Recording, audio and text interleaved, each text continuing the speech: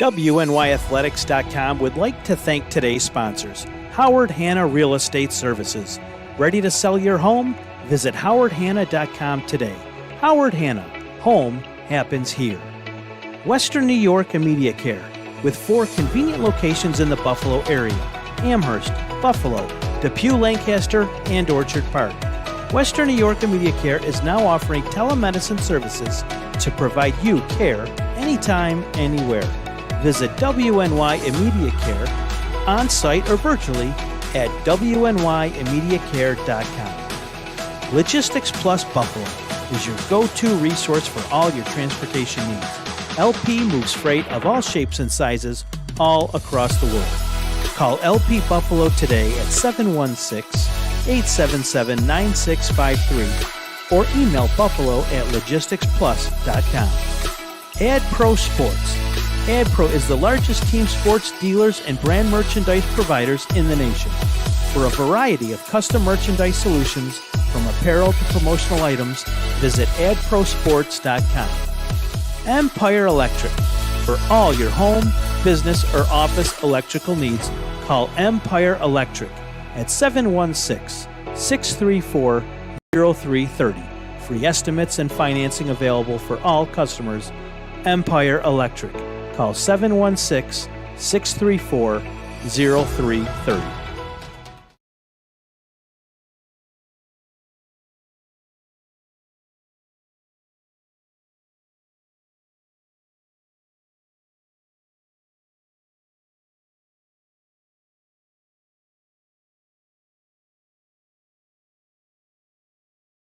Cardinals and the CSP Wolfpack. I am Colin Wood alongside Norm Rodriguez here. And Norm, we actually called both of these teams last Saturday. We did both of their games, and what were pretty lopsided for most of them, or both of them, excuse me. CSP started out really strong, kind of got in a little dud there in the second quarter, but then shut out Wilson in the second half, as did Randolph, who was down 14-0 at one point, and then came storming back after that lightning delay. It really gave them a boost of momentum. They shut out Salamaca in the second half to go on to win 39-20, so I'm excited for tonight. Yeah, this is going to be a very hard-nosed, smash-mouth matchup. Randolph, I'm not expecting them to throw the ball too much. Xander Hindy ran for well over 130 yards. He had a hat trick, 3 touchdowns. CSP, they're known to use a run to set up the pass. Tate Kennedy's their quarterback. He threw for 187. 143 of those were to Bryce Hinsdale, and he was also the leading rusher with 142 yards. But with the passing for CSP, count on a buttload of bubble screens to Hinsdale. That's what they rely on quite a bit. That's what we saw a lot of. It was the yards after catch for Hinsdale, who would catch it right at the line of scrimmage, turn something into nothing. Both of these teams ran the ball over 40 times. Randolph ran it 46 times last game against Salamanca. Clymer Sherman Panama, 44 carries as a team, totaled up for 365 yards and 6 touchdowns. Talk about ground and pound football right there. Randolph, the yardage wasn't there as much, but Conley threw the air also. We saw him go 5 for 8 for 100 yards, had 2 touchdowns and a pick, but that's about a third of as many times as they threw it all last year. So Randolph, even if they get stalled in the run game, they might be attacking the air. We'll have to see, though. Yeah, Xander Hine, he's a dual threat. He can run and catch passes. But Conley's favorite receiver, without a doubt, throwing those lobs up to the tight end, Jaden Huntington. He actually caught one of the touchdowns last week. He caught one, as long as Owen Nelson for another one, too. And both of these teams last week on defense were solid. CSP held Wilson to only 77 yards of total offense. Now, Randolph did give up some yards through the air. Quarterback Maddox Isaac from Salamanca did have a solid game, but they held Salamanca to 68 yards rushing on 22 carries. You do the math, that's only a little hair over 3 yards a carry. So yeah, and Stallman, their best running back, they held him to 35 yards and 10 carries. So with a power back like him, you hold him to less than 4 yards a carry, you're doing a good job. And that's what we were talking about in our little banter session pregame, is that it's going to likely be a low-scoring game, and another scenario of whoever has the ball last in their possession is likely going to come out on top. It's going to be a close one, though, folks. We cannot be more excited for this, as we are announcing the starting lineups right now. And while the lineups are being announced, I do got the officials for tonight's game. So the referee is going to be Jim Barber. Aaron Brown's the umpire. Jay Weitzel's the linesman. Line judge is Carl Germain, and the back judge is Dave Fody. So those are the 5 officials for tonight's game. So CSP, the Wolfpack, they're actually looking to avenge their lone league loss last year, which came at the hand of the Cardinals, 22-0.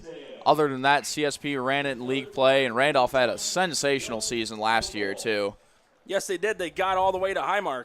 And CSP, they were 1 win away from getting there. But the team they lost to was the team Randolph played at Highmark, Franklinville-Elkinville. And it was a defensive battle. Final score was 6-3. Lucas Marsh threw a 49-yard touchdown pass to Blake Frank. That was the only touchdown in the game. And the only points by CSP, it was Bryce Hinsdale on a 34-yard field goal. So not only does he catch, he has got a rocket for a leg. It's going to be a good game, certainly. The top dogs in this respected class, that is Class D. Both teams have had staples of programs over the last couple years. As we've talked about, the Wolfpack won back-to-back state championships a few years back, and Randolph is also no stranger to success either. Oh, no, they're not. And again, it's Xander Hind, and again, when they have to throw it, they are successful with it. Conley does have the arm, but if the run game's working so well for you, why change it up? Well, I think for Randolph especially, one of the guys who's going to have to step up big is the fullback, number 44, Peyton Slade. He had a solid game when his number was called. Last week, he had 36 yards on 10 carries. For a fullback, that's acceptable. And a lot of those were on that fullback dive on first and 10 or third and short. Hind had most of the workload, as you mentioned, 3 touchdowns, 132 yards, and even an interception on defense. So we know this kid is everywhere at all times. We're going to be saying his name a lot tonight. Yep, and I've already mentioned CSP's offense, but when it comes to Randolph, it's plain and simple. It's black and white, just like the old days of the NFL. It's simple I formation, and they also mix in a little bit of a triple option as well. And that's another scary thing about the Wolfpack is the depth they have of guys who can run the ball. When your quarterback can scoop up about half of your rushing yards on the night, that's a solid win. Trent Burchanowski, he's going for all kinds of school records. Yep, he ran for 3 touchdowns last week. And he was, along with Cadnese, he was the other one with 100-plus yards. He ran for 114. And even Austin White had a solid game. He had 6 attempts, 72 yards, and a touchdown. So that's a nice little 3-headed monster they got in the backfield as we get ready for the national anthem here.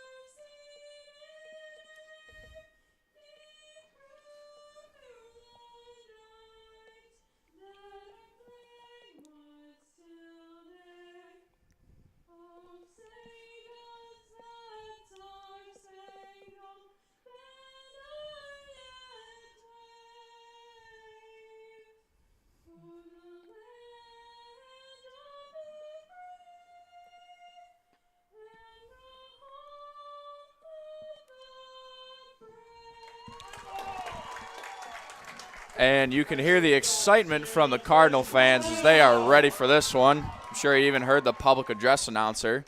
Norm actually was in a fight, like a little American Idol style, to go down and sing the national anthem. That young lady ended up beating him out for it. He was close, though. I didn't want to do it. I wouldn't want to do it anyway. It's not as easy as it looks. And oh, certainly not. And plus, there's even been famous celebrities that have been known to flub it. But it looks like we're about to have the coin toss, and I'm not expecting a lot of points. I'm thinking this is one where it might be 14-10 possibly. But So just a little quick update. Maple Grove Casadega Faulkner is currently up 7-0 in their game. It's against East Aurora Holland. So the Golden Cougars striking early after an impressive win last week against Albion. again, they're coming off one of their better seasons in recent years. They finished with a winning season and got to the first round of the playoffs. As we have the inaugural coin toss, getting ready to determine who's going to take it, who's going to get it first. We've seen the past couple games we've done, whoever wins the coin toss, they have more often than not, chosen to receive the ball, and they've gone down and scored on those opening drives, making a huge statement, just like the Bills did last night in that opening statement win. Yeah, Stafford fell back down to earth a little bit and relied too much on Cup. The loss of Beckham really hurt him. And all that talk in the media and the noise about how good really are the Bills, I think that's going to quiet some opinions that don't matter too much. So Randolph won the toss, and they're deferring. They're going to kick it off. And I like the decision because, hey, if you fall behind, you get the ball to start second half, and you can regroup on an offensive drive. Or if you're ahead before the end of the half, you can pad your lead a little bit. So it's a double bonus. That's another thing we saw last week with Randolph was when they fell behind to Salamanca, their typical offense didn't work out for them, where it's about every other play the handoff to Xander Hind or Peyton Slade. Conley had to start airing it out, and I don't think a lightning delay is going to save Randolph tonight. We have blue and sunny skies. Oh, beautiful evening. But I got to say this. Offensively for CSP, the key to the game, as long as they possibly can, keep that offense of Randolph's on the bench. Play keep away. Absolutely, because that offense eats up a lot of clock. The opportunities to score in this game are going to be limited. Yeah, it's going to be sparse. Well, I'm looking forward for this. CSP had a solid game last week against Wilson, as we mentioned. There were a few big plays that they gave up, so as did Randolph. Salamaca scored on the second play of that game. So each team trying to clean up the early on mistakes in the season from last week with only a couple weeks of practice, no scrimmages. Now everyone a little more fine-tuned. These teams looking like well-oiled machines as we get ready for kickoff. All right, so Brink and Hayes are the two deep men back. They're standing at around the 13-yard line. And Total Leather is going to be number 9. As this one has got off really good. It's fielded at about the 13-yard line. And he's going to make a solid return out to about the 30-yard line. Yeah, that was Hayes on the return. Or Brink, excuse me. Carter Brink with a nice return to set up the Wolfpack offense.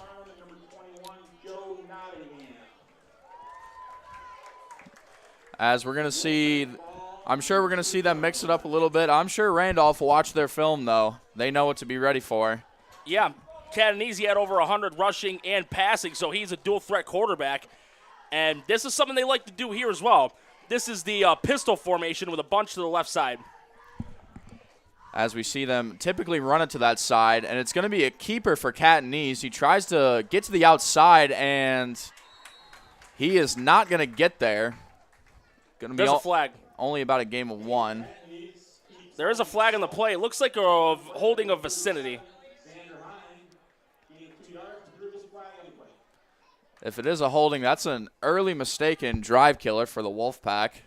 And it is. And with holdings, it's the spot of the foul plus the penalty yards. The only 4 penalties that are automatic first downs, running into the kicker, running into the holder, running into the punter, and roughing the passer. Those are the 4 that are automatic firsts.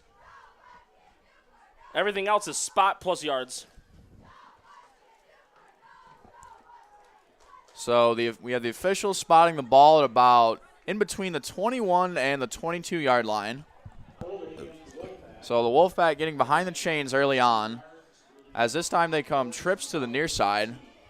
We actually have number 69 out there as a wideout, Alex Redlecki. Oh, he faked the screen. As this is a deep pass, and this is caught. Alex Barmore.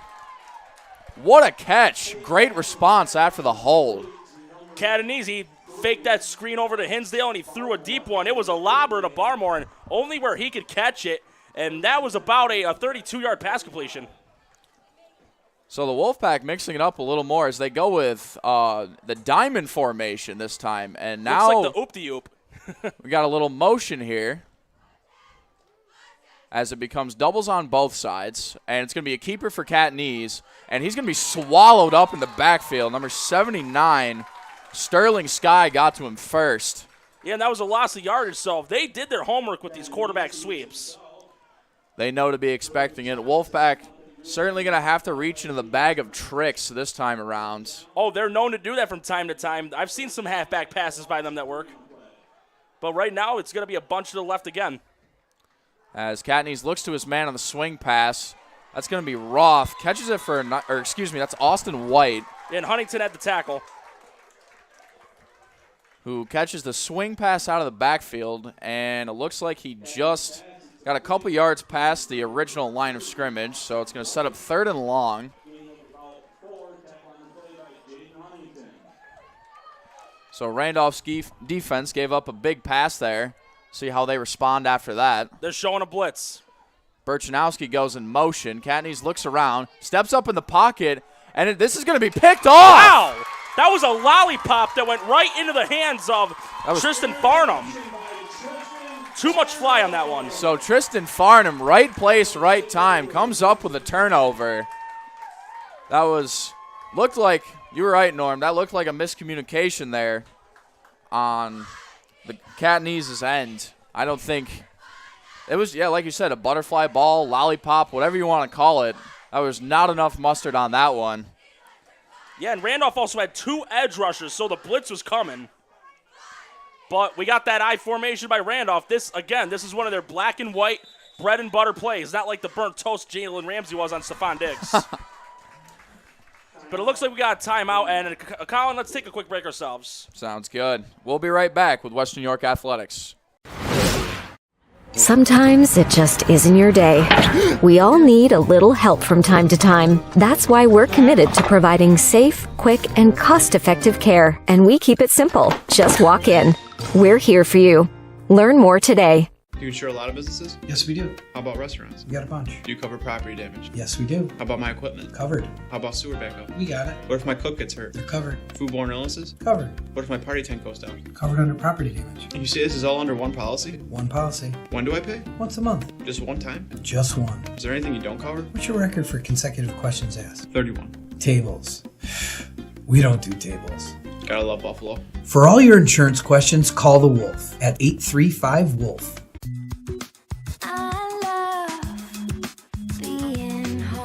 We realize now more than ever is the perfect time to have the perfect house. We're confident we'll find your dream home.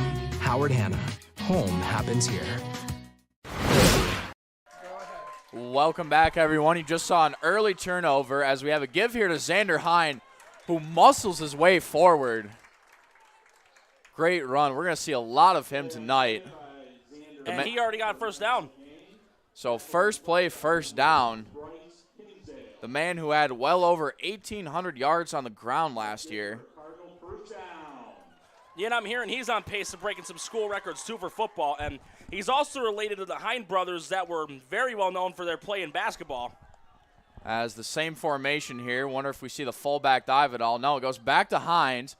And once again, does not go down easy. That was number 18, Braden Hayes, finally making the stop. But after a gain of about 7 or almost 8 on the play. As we have a official timeout for an injured player. Can't quite see who that is down on the ground as of now. I don't have a clear view of it either, but with it being a humid evening, it could possibly be the case of the cramps. I'm sure we're going to see some of that tonight. It did happen a few times last night at the Frewsburg game. Yeah, they were taking on Portville, and Portville fired on all cylinders all night. Holcomb had 6 touchdown runs in the first half, and they went on to win the game 55-8. But to their credit, Frewsburg did look much better in the second half. They did get a few stops defensively as the person up on his own power, and it looks like it was Gabe Roth, number 26. So we hope he's okay. Maybe just some early cramps, as you said. Really, this Randolph offense, though, and it's a theme that we saw last week, too, they're going to stick with the run until it gets stopped. So until the Wolfpack starts to bring an extra man down in that box, maybe show some kind of blitz, maybe blitz a DB or something, just to throw the Randolph offense off their heels a little bit. It's going to be another give to Hines straight up the middle, and he's got a lane, and he's not brought down. He's still going, and he's at about the 40-yard line before he's finally shoelace tackled. He breaks through that one. He's probably taking that one to house. That was close to being a house call. Gaping hole there set up by his O-line. I mean, these guys up front, they don't get enough credit for what they do. Xander Hind is normally the one whose name is always called. He's the man in the limelight, but if it weren't for those guys up front doing their job, play in and play out, he would not be as successful. CSP's got 8 in the box. And this time they stop it well. If I'm CSP, stick with that, because if you jam 8 in the box, more often than not, you could possibly contain the run and then force Conley to throw one over. As Xander Hind, 37, the running back, is actually hobbling off the field right now. Looks like he got hurt on that tackle. He seems to be okay. He got off on his own. Maybe a stinger. So that's number 2, Tristan Farnham, taking his place behind Slade. He had that interception to end CSP's drive. This is a give to Slade up the middle, and the fullback doing what he does best, getting the ball running straight. I'm not running around you, but I will run through you type of player. That was Maverick Adams on the carry, number 3.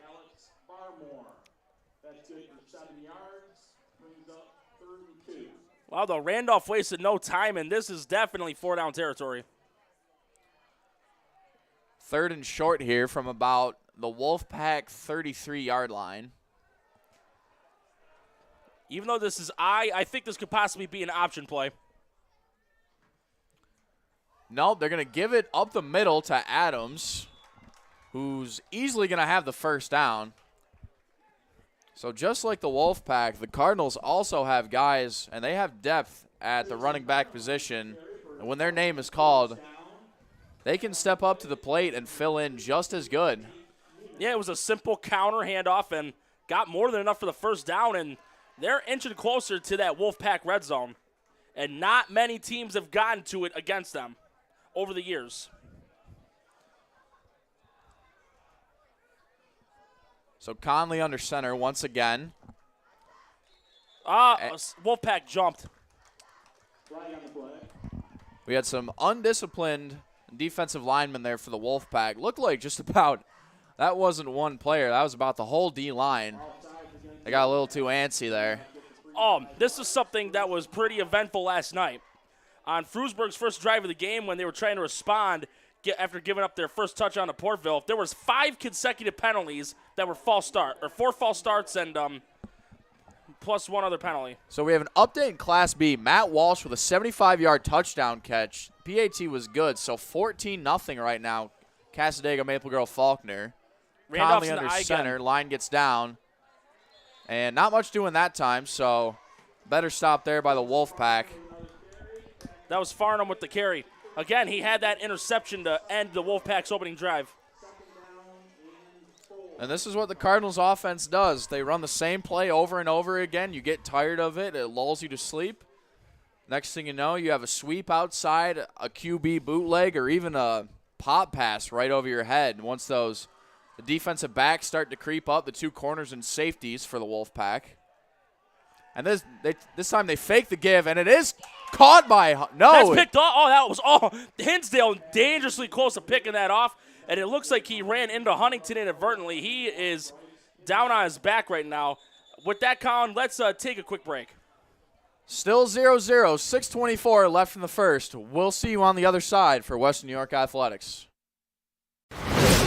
Western New York Immediate Care's new locations are now open. Whether you've suffered a minor injury or just aren't feeling well, Western New York Immediate Care provides safe, quick, high-quality care at an affordable cost. Our clinicians are trained to diagnose and treat non-life-threatening injuries and illnesses and are equipped with on-site x-ray and labs to help you feel better, faster. With 4 convenient locations open 7 days a week, Western New York Immediate Care is here to help when and where you need us. Visit us online to learn more.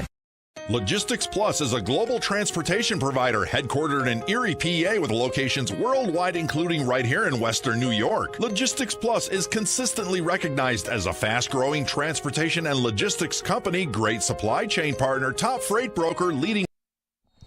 Welcome back, everyone. Still goose eggs on both sides here. 3rd and 4 for Randolph, as we saw a pass that was intended for Jaden Huntington from Conley go incomplete to set up this 3rd down. Hines back in the game. And it's a give to Hine, and he's going to be stonewalled by some defenders for the Wolfpack. Looked like that was number 10, Carter Brink. But it will be enough to advance the chains, as the Cardinals offense threatening here deep early on. After that interception by Farnham. And we're already near the halfway point of the quarter. That's how time-consuming offenses like the I and the option are. If you're running it successfully, plus if you have a lead, you can milk a lot of clock. Game like this, points are going to be hard to come by. Got to win Slade. the turnover battle. As Slade is going to have a touchdown. The fullback doing the dirty work. The man who doesn't get a lot of glory gets the short yardage ones, pops that one off for over 10 at least. That was 15 yards. Has a touchdown there. I'm curious to see what they do here. The way it's setting up, it looks like Randolph's going to go for 2. Yeah, we saw them kick a few extra points last week and try for a couple 2-point conversions. 2-point conversions were far more successful. It's a give on a counter. That's to Slade. Or No, Adams, excuse me. That was Maverick Adams. He got it. Who plays defensive end on the defense for the Cardinals. Carries the ball. He's also listed at a running back, too. He had a little bit of action getting handoffs last week.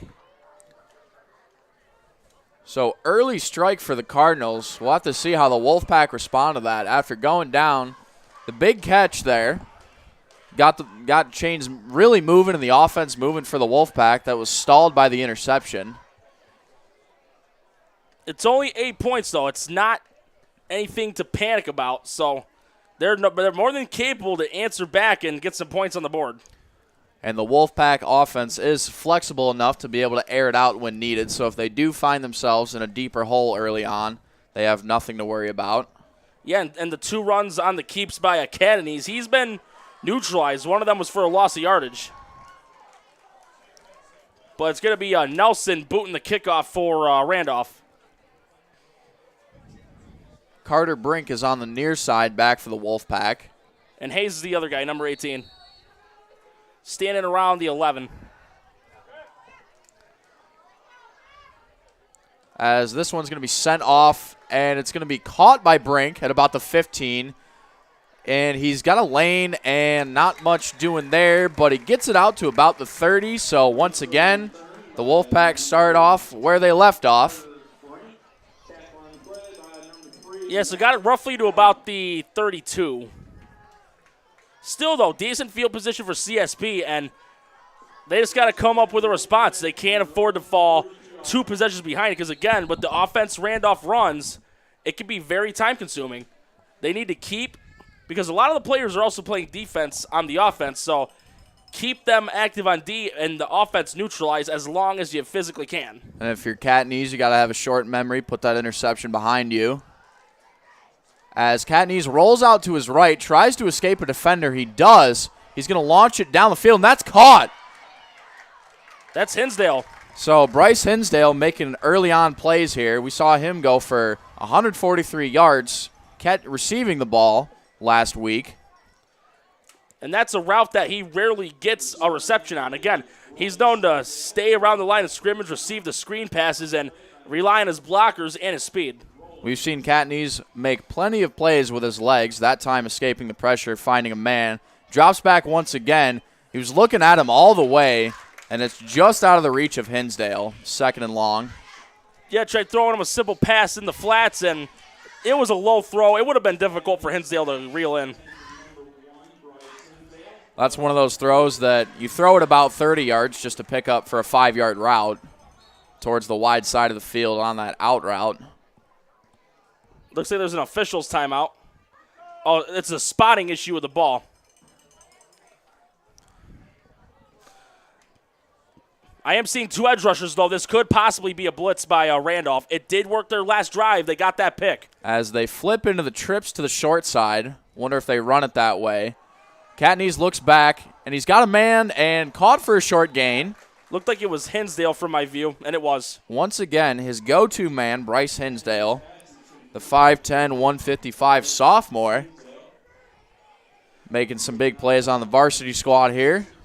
Yeah, and his brother, he was actually a starting quarterback for them a few years back, got them to a couple of Class D championships, and Bryce, he's following the footsteps well, though he's not a quarterback and is a receiver. Catneys is going to keep this up the middle, but he is not going to get the first down, so I wonder if that was a set up a more manageable 4th down to try and go for it. Well, it looked like he was trying to center the field on that run, or center the ball.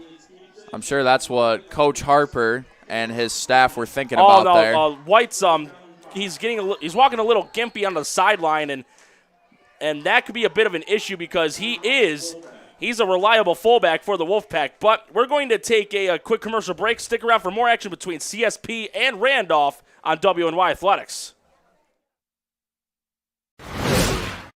Sometimes it just isn't your day.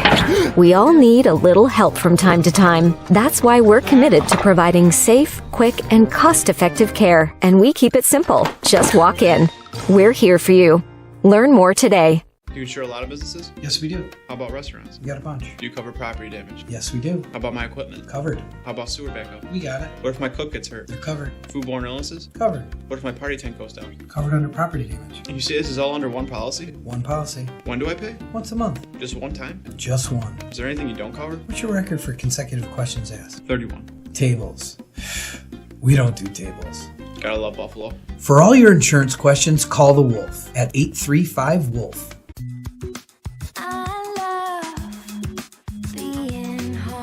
We realize now more than ever is the perfect time to have the perfect house. We're confident we'll find your dream home.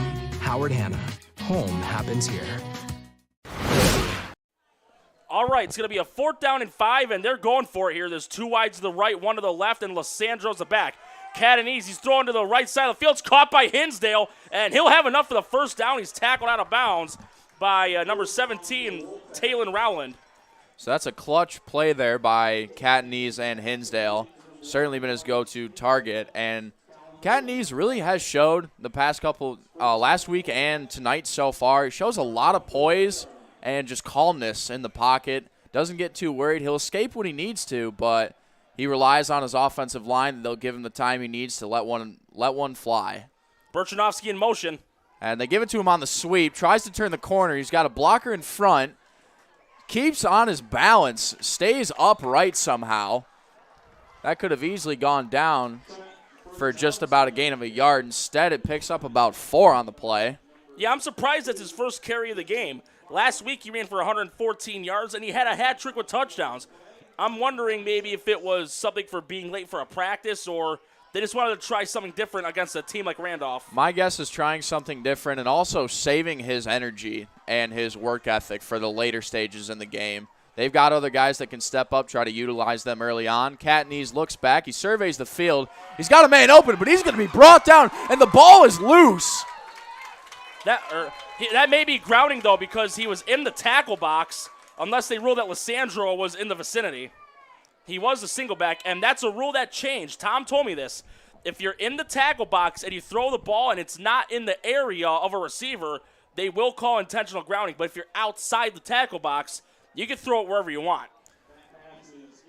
So they're going to rule that Lysandro was in the area. So Catanese is very fortunate there's no grounding. Very fortunate indeed. Wait, there's a flag. And a late flag. I think the officials talked it over. Illegal forward pass. So instead of intentional grounding, it's going to be a legal forward pass To me, it looked like the ball was – it didn't look like his arm went forward. I thought that was a fumble, but I stand corrected. Well, what matters for CSP is they still got the ball. At least for that, it will not be a loss of down. Yeah, for grounding it is.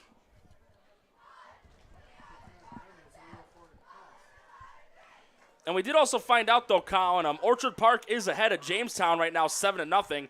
That game being broadcasted by Jacob Fayek via a tape delay. Jamestown needing to bounce back after last week's 16-9 Lancaster. Faulkner is really putting the pedal to the metal now, 21-0 over East Aurora Holland. So the Golden Cougars really making a statement that they belong in Class B after moving up from Class C South a season ago. Yeah, they're a team, they run a lot of the triple option. They don't throw it very much, and they had more than 200 rush yards as a team last week. Oh, no flag, so it's going to be rescinded. And I think they were talking about grounding, but they're ruling again that Lysandro was in the area. He was right in front of Catanese, so no penalty, no loss of yardage. It'll just be third down in the original spot, so 3rd and 6. So that was number 3, Maverick Adams, who was causing havoc in the backfield, got to Catanese first. Randolph in a 4-3. As Lysandro, the single back to his right side. Catanese looks back. He's got a man. That's going to be caught by Barmore. Turns the corner for first down and more before he's gang tackled inside the 15. Yes, Slade, one of the guys in on the tackle, and Rowland looked like he was there as well. So now they're in the Randolph red zone, and we've already got 3.5 minutes left in the quarter. So Catanese, the Wolfpack, and the coaching staff utilizing those short routes, the crossing routes, only for a throw about 5 yards, but the receivers are able to turn the corner for more after the catch. Roth making set in motion here. Nope, maybe not. Catanese on the keeper. Tries to get it up the middle, but nothing doing there. Give Randolph credit. They did their homework with these quarterback keepers by Catanese. He's had very minimal yardage, and I wouldn't be shocked if he's barely averaging a yard a carry right now. That was Caleb Ling, the D lineman for Randolph, the 6'1", 225 junior. As the Wolfpack going to spread it out a little bit this time. Doubles on each side. Low snap. Catanese corrals it. He's got a man in his face. That's Adams, and he just has to throw this into the dirt to avoid disaster. And it's very obvious that Catanese is his favorite target is Hinsdale. Out of his 13 completions last week, 9 catches were by Hinsdale by himself. A few of those went to Barmore. We'll have to see if number 3, Alex Barmore, can step up if the defensive backs for Randolph start to key in on Hinsdale. So Catanese on 3rd and long. Launches one in the corner. It's high and caught by Hinsdale inside the 5. But that looks like it's going to be short of the first down. Give credit, though, to Dom Clark. He made the touchdown-saving tackle. So it's going to be a 4th down and a yard. And I can imagine Coach Ty Harper is going to be aggressive here. I agree. You're playing a tough team like Randolph. You can't afford making this 8-3. You need to get the 6 on the board right now. I like this decision. I do, too. 4th and short, early on decision time. They got a bunch to the left. Lysandro's a single back. Catanese is going to keep it. Lysandro leads his way, and I think he's going to have the first down. Yeah, he won't have the touchdown, but he got enough for the first. That's what matters. Able to move the sticks without scoring, so key block there by Lysandro to set the edge. Allowed Catanese to cut it up back inside where he had a lane. Really does a great job of reading his blocks. He's a patient runner, and that's what makes a great mobile quarterback. Even on those design runs. Just reading the play, letting your blockers get set up.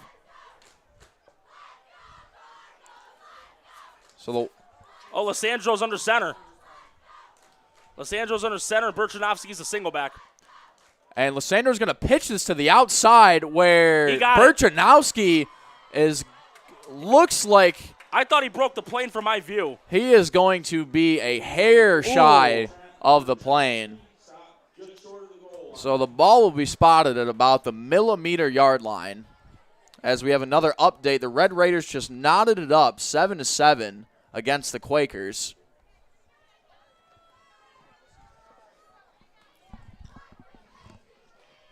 1:22 left to play in what has been a fast and eventful first quarter.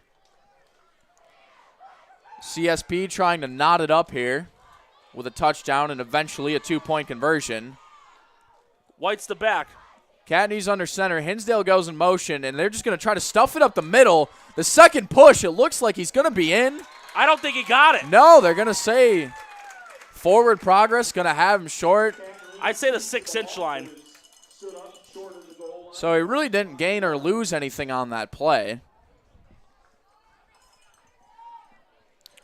So this will be 3rd and goal from inside the 1-yard line. So it looks like Losandro's going to – nope. I thought that it looked like Catanese was going to go out of bounds for a moment. So they have all their backs in right now. They have Losandro, Roth, and Burchanowski.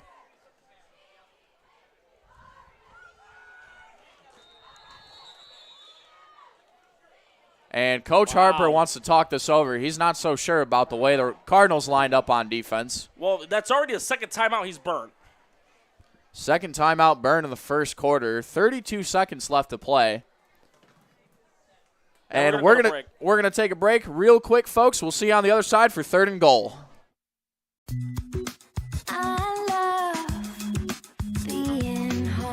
We realize now more than ever is the perfect time to have the perfect house. We're confident we'll find your dream home.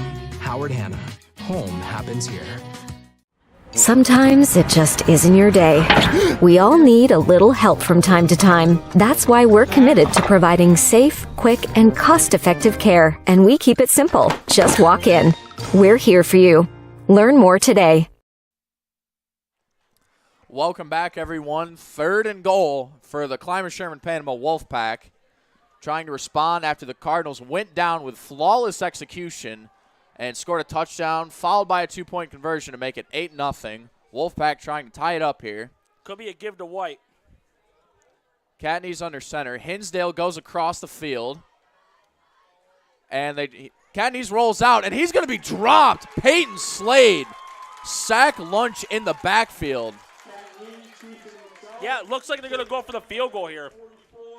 It was about a 5-yard sack, and honestly, I can understand getting points on the board, but also in later stages of the game, they're going to need to turn up the aggressiveness. I think that sack changed the way that Coach Harper thought about this. If maybe that pass was incomplete, they try to run it on 4th and goal. They're going to let the clock run. 4th and goal from your own, or from about the 7-8 yard line. Want to play conservative, try to get points. So that's the end of the first quarter. Cardinals still on top, 8-0. We got a field goal attempt coming up on the other side here for Western New York Athletics. Sometimes it just isn't your day. We all need a little help from time to time. That's why we're committed to providing safe, quick, and cost-effective care. And we keep it simple. Just walk in. We're here for you. Learn more today. Do you insure a lot of businesses? Yes, we do. How about restaurants? We got a bunch. Do you cover property damage? Yes, we do. How about my equipment? Covered. How about sewer backup? We got it. What if my cook gets hurt? They're covered. Foodborne illnesses? Covered. What if my party tent goes down? Covered under property damage. And you say this is all under one policy? One policy. When do I pay? Once a month. Just one time? Just one. Is there anything you don't cover? What's your record for consecutive questions asked? 31. Tables. We don't do tables. Gotta love Buffalo. For all your insurance questions, call the Wolf at 835-WOLF.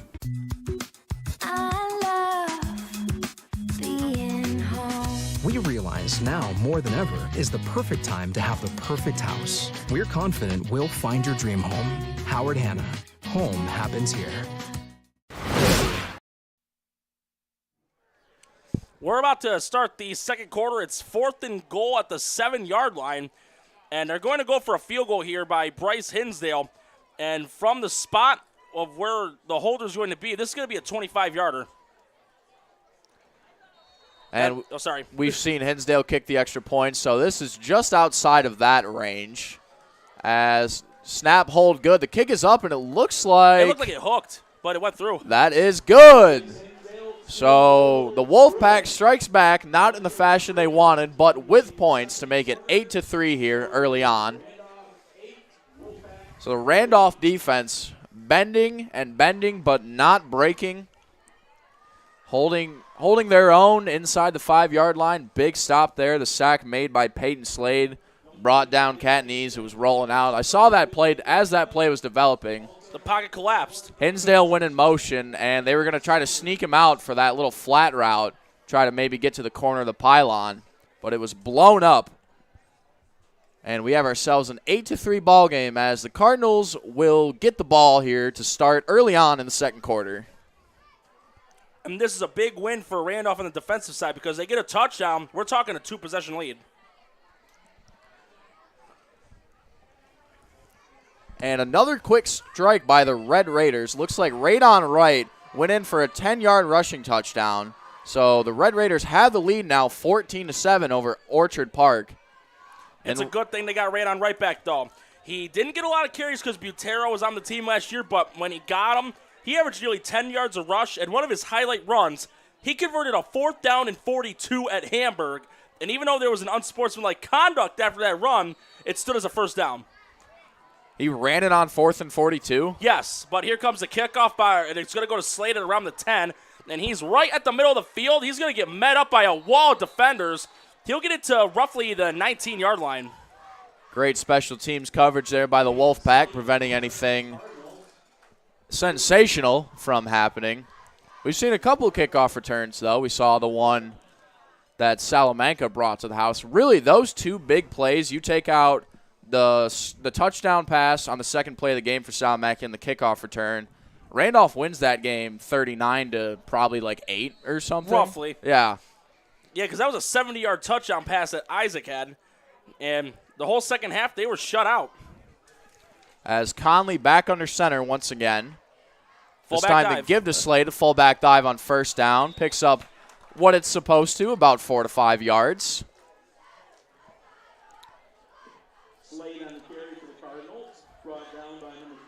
I got to say, I love the coaching style and the play style for the Cardinals. It really is a case of you know what we're going to run, but can you stop it with even knowing that? That shows something about the character of these kids. It's saying I double dog dare you, but right now they're going 4-3. I'm surprised they're not doing 8 men in the box. 2nd and 4, they fake the dive, pitch out to Hind, who once again just refuses to go down. It takes about 3 or 4 guys to finally bring him down. So the run's enough for a first. Hind has the first. As we see that sequence of plays executed to perfection. The dive the first time. Fake the dive, pitch it out to your speedy and powerful back, Xander Hind.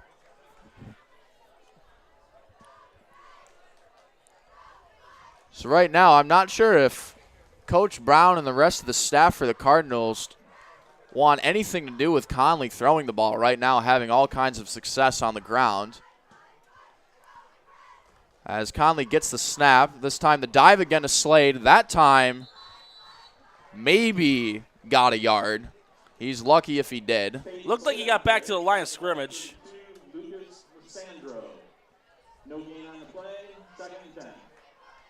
So the Wolfpack have provided somewhat of an answer to this interesting play style for the Cardinals. They're not going to make it easy, that's for sure.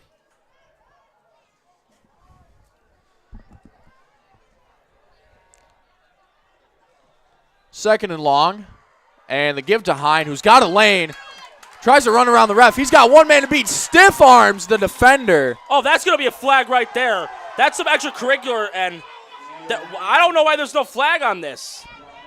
There it is, and from my view, it looked like Hind was the instigator.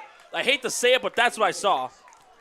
So Xander Hind turns the corner as he stiff arms number 20, Dylan Michael, into the ground.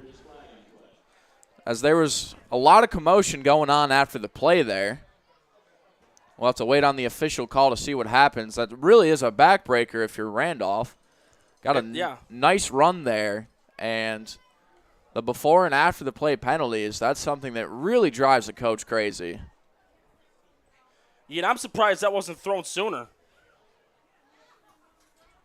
Honestly, it's either going to be on Randolph only, or if there was enough of a retaliation by CSP, this could be offsetting.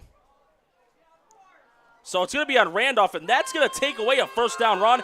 And even though the fans are booing, I do agree it is the right call. It did look like Hine instigated that. And typically that's not what you see. Normally the the instigator gets away with it. It's whoever retaliates. So the very nice run by Xander Hine is going to be brought back, and the Cardinals will have the ball, their own 38, 2nd and short. Oh, they're giving them the first down from the ref's indication. So it looks like the run will count for the first, then the yards tacked from after the run. So okay, at the I spot. see. So very fortunate for Randolph, it's still a first down. And it is 1st and short, too, which is nice. As it Not looks sure like what's going on. I think we have Could be a sideline warning, maybe? I think the refs are really just trying to talk to the coaching staffs for each team, make sure nothing gets out of hand, the players have their emotions in check. Yeah, I honestly thought that may have been a sideline warning because CSP's coach, Ty Harper, that did happen to him last week around the period where Wilson was starting to come back into the game a little bit. But I think it was just maybe a quick discussion. It was an official's timeout. Randolph's offense is about to get back out on the field. It'll be 1st and 10 at their own 42. Well, there's certainly no love lost between these two teams, and I'm sure this will not be the only meeting of the season. Oh, no. And I was expecting a very physical matchup, and that proved it right there. So we'll see how the Cardinals respond after that penalty as Hine gets it again, and he jumps over a defender, but he's brought down by Berchanowski. Great play to not let that go for any more. So make it 2nd down 6. And honestly, the Wolfpack, they had success with this with Hine. Jam 8 in the box. When you do that, more often than not, you will succeed in containing the run. And then that forces Conley to have to start airing it out a little bit once they stuff all those guys in the box. Well, they got a 4-2 with 2 edges. And another give to Slade, who has a solid gain on 2nd down. Going to bring up 3rd and short. Looked like he got about 3, maybe 4. Cardinals sticking to their bread and butter, as we've seen, and that is going to be a key for CSP, is one of the basic fundamentals of football, Norm. That is tackling. Yes. Form tackling, wrap up the defender by the legs. You try to tackle a guy like Xander Hine high up in the shoulder pads. He's either going to stiff arm you, run you over, or run around you. And number one rule of thumb that you're taught as well with the fundamentals, lead with the shoulder, never the head. But it looks like it'll be the eye again on 3rd and 3. And Conley's going to give it to Slade again. Once again, and that's going to pick up a first down. So back-to-back fullback dives for Slade, who had the early touchdown for Randolph. No, that was Maverick Adams who had the touchdown. Oh, excuse me, yes, Maverick Adams.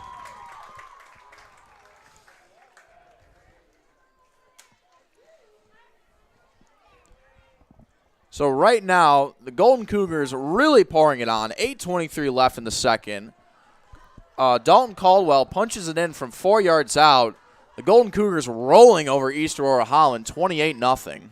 CSP's showing the blitz. As this time, Hind is going to be dropped instantly. Nice play there. Those guys in the box finally getting some pressure on Hind.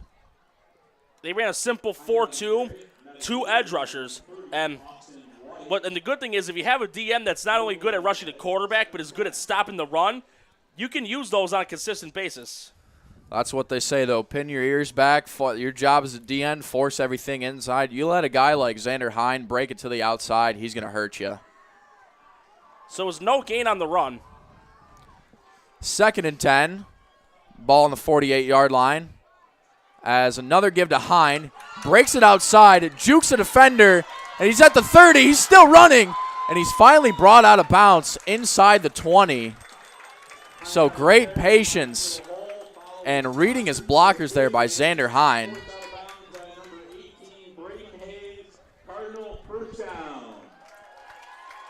So it's a 28-yard run. They're in the red zone.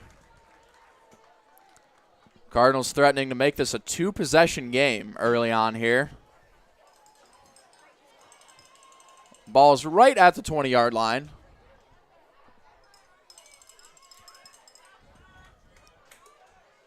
So the Cardinals have only thrown one pass so far in this game. It was incomplete, intended for Jaden Huntington. So far, sticking to the ground game. Here we go again. Slade up the middle. This time he is bottled up and dropped.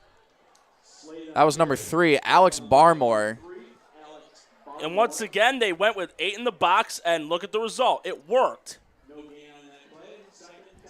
Second out of 3 run plays where they've held them to no gain. Like I said, stick with the 8 in the box. It's working for you. Randolph's not known for throwing the ball that much. If it's working for you, don't fix it. It's not broken. And even on 2nd and 3rd and long, they're still keen on running the ball. Nothing's going to stop them from changing it up. This time to Hine. Breaks it open through the middle. Gets inside the 15. It's going to be 3rd and short. And I wonder if you're Coach Brown here, he's certainly maybe trying to make an early statement here, go up by 2 possessions, see what you can get here by running the ball on 3rd down. If you get 4th and short, you got your whole playbook in front of you to call.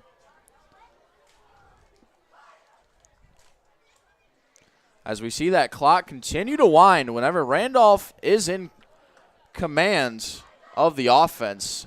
Right at about the 6:30 mark in the 2nd quarter. They got 8 in the box again.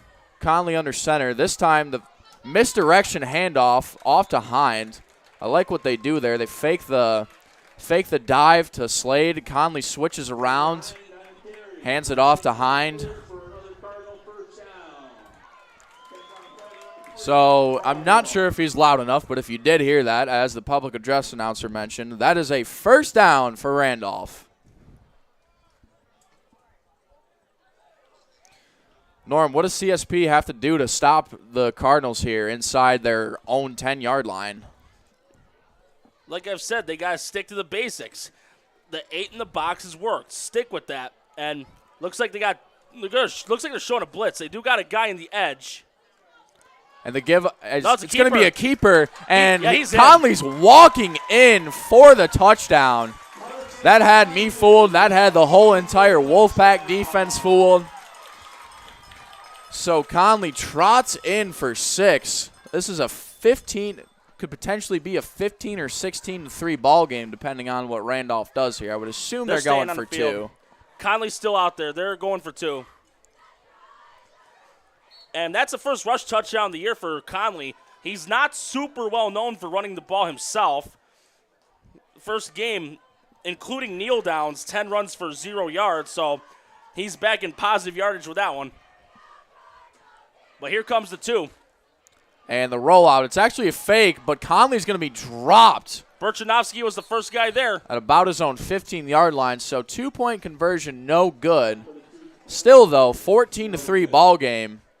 And if you're CSP, you're going to have to start mixing it up defensively, showing different kind of schemes, maybe stunt the defensive lineman a little bit, switch the gaps instead of just shooting the straight-up gap that you're lined over. Because right now, whatever they're doing is not working. Xander Hines having his way all day.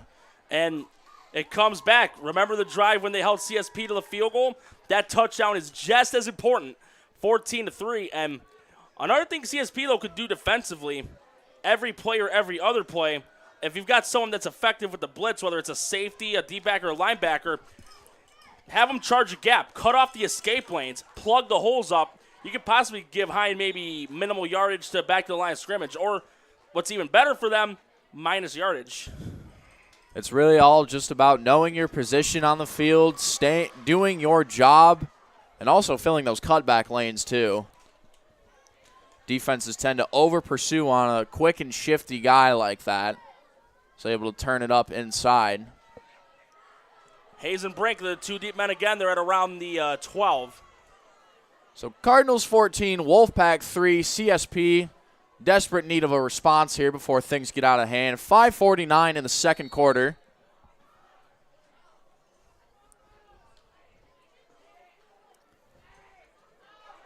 And this is low but caught, and he's got a lane. That's number 10, Carter Brink, who's done a solid job with the kick returns. Yeah, it was Stearns on the tackle for Randolph, so CSP, they need to get something going, and this drive alone, they can't afford 3. They got to go for 6. Even though threes add up quickly, sixes add up a lot quicker. Especially when you consider the fact that CSP got the ball to start the game, so Randolph's going to get the ball to start the second half. And if you do nothing here on this possession, and then Randolph comes out and punches it for another 6, things could really be in trouble. This could be Roth or Hinsdale in motion, possibly. So Catney's in the shotgun. He looks to his left. Hinsdale on the screen. We've seen this work plenty of times. Hinsdale turns it up. He's got a lane. He's still going across midfield. So great play there by the Wolfpack and great response. Hinsdale breaks that tackle from Conley. He's taking that one for a 6er. Quarterback Carson Conley, the safety on defense, making a touchdown-saving tackle. And they're sticking with it. They got 2 wides and 2 slots. So far, the Wolfpack spreading out the Cardinal defense. Here's the Catney rush. looks to his left. He avoids the pressure, steps up, and he's going to run this. He has a lane. No, and he throws it, and it's going to be caught. Yeah, that was Dylan Michael with the catch. It looked like Kennedy was going to take off himself. He had about 10 yards of real estate. Xander Hind was on the charge for a sack. Kennedy's got away, and he shows the Hind right there. You got some speed, but so do I. So great presence and awareness by Catney's there, knowing where the line of scrimmage was, not crossing that for a penalty. As 2 solid plays to start off for the Wolfpack. Just like that, they're at the Cardinal 37-yard line. Catney's once again drop back. Here comes the pressure. The ball's out. Ball's out. Randolph saying they got it. And the it. Cardinals say they have it. Catney's gets drilled by Conley. How about the quarterback getting a sack? Pun entirely intended. That's just like a pitcher hitting a base hit off a pitcher. And it looks like we still have no signal. Possession's going to retain with the Wolfpack. Cardinal coaching staff in complete disbelief over that one. As am I. It looks like I didn't see who recovered it, but I saw a couple red jerseys go for that ball first. But Conley just blindsided Tate Catney's. The quarterback showing why he plays out on defense, why he belongs out there. Yeah, and Kennedy's having a quick conversation, though, with the head coach, Ty Harper. It's an official's timeout. That looks like they're going to confer who recovered that ball. From my view, it looked like Randolph had the best chance of getting it, unless it slipped into a hand of a Wolfpack player. But if this were to be ruled a Randolph's ball, it's going to be ruled their ball for CSP. If that would have been Randolph's ball, that would have killed a potential touchdown drive. Absolutely. So it's going to be 2nd and long for the Wolfpack. 13-yard loss, 2nd and 23. 2nd and 23 to go. So how does Catney's respond after getting drilled there by Conley? Finding Hinsdale. This time Whoa. he's got Hinsdale. Man, the That's throwback. Barmore. And Alex Barmore's caught. He's going to have a touchdown. So the back shoulder fade. Doing some justice for the Wolfpack. And Tate Catney's, how do you do, sir? Great response. Or just like what they used to say to Devin Hester, you are ridiculous. That was fantastic play calling and great poise in the pocket. Finds his man, Alex Barmore, on the back shoulder fade. Really, as a defensive back, there's nothing you can do about it when your head's not turned. The quarterback throws it to the back shoulder with it. Only the receiver can catch it. So great ball placement, great play calling, great execution, and we have a ball game. And they're going to go for the 1-point PAT. Try to make this a 14-10 affair here. Yeah, and Cantonese is the holder. Hinsdale does have the leg.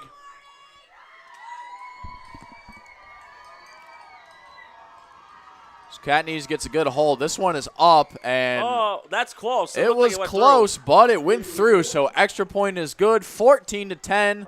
Wolfpack respond, but the Cardinals are still out in front.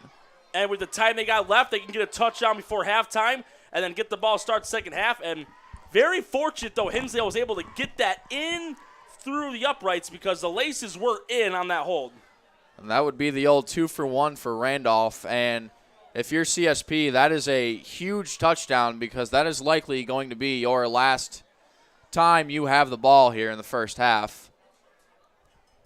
That's if Randolph can get a couple first downs and do what they've been doing all game, keep the defense on their heels with the fullback dive, the quarterback keeper, the power plays to Xander Hind.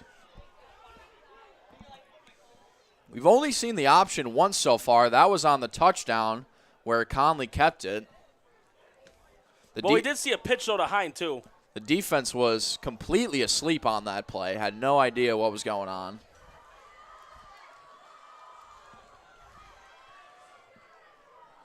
So Slade and Farnham, they're the two deep men back for Randolph.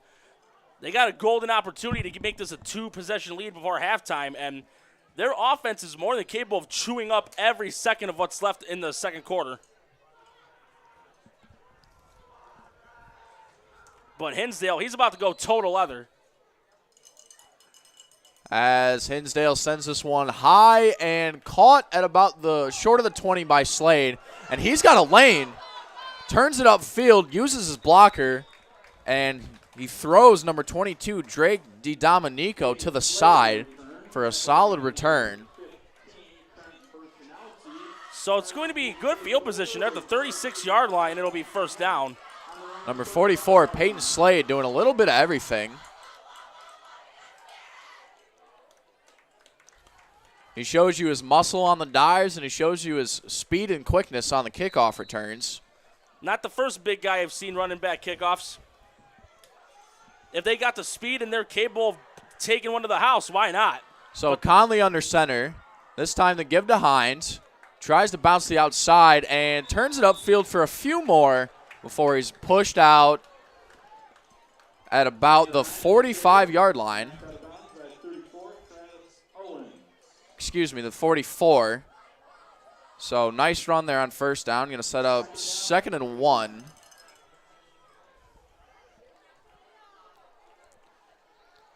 If you're Randolph, you want this to be the last drive of the first half too. You don't want the Wolfpack getting another chance to respond. You want to try and move the chains a few times, milk that clock, see where you're at in terms of threatening the defense with scoring, and just kind of work from there. Once again, Conley under center, and the line gets down. This time the give to Slade, and it's just, excuse me, that was Maverick Adams, number 3. But it's just so quick, you don't see it happening. Yeah, it's a fake counter to Hind, and it's right up the gut to the fullback, whether it's Adams or Slade. And the D linemen and the linebackers for the Wolfpack got to stay disciplined and watch where that ball's going. Yeah, last week, Conley threw it 8 times, only once so far tonight. If you bite on that counter, that fullback dive happens so quick. This time, Conley's going to roll out to his right. Man in the face, caught by Slade, who is hit immediately after the catch. So, nice tackle there by Austin White. Doesn't allow that catch to go for any more, so that's Carson Conley's first completion of the game. That one goes for about 6 or 7. So we have 2nd and 3.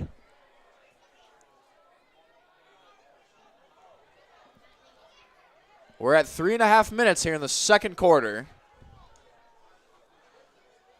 Randolph at the Wolfpack 43, give up the middle. And this is going to set up another 3rd and short here. So the Wolfpack, setting up a 3rd down, could get off the field here in styled fashion. That would be huge, wouldn't it, Norm? Yeah, it would, but this could also possibly be 4-down territory if they choose to. But it also could be risky because CSP just proved, with the exception of that sack and fumble that was coincidentally by Conley, they got the ball downfield really quick with Canonese's arm.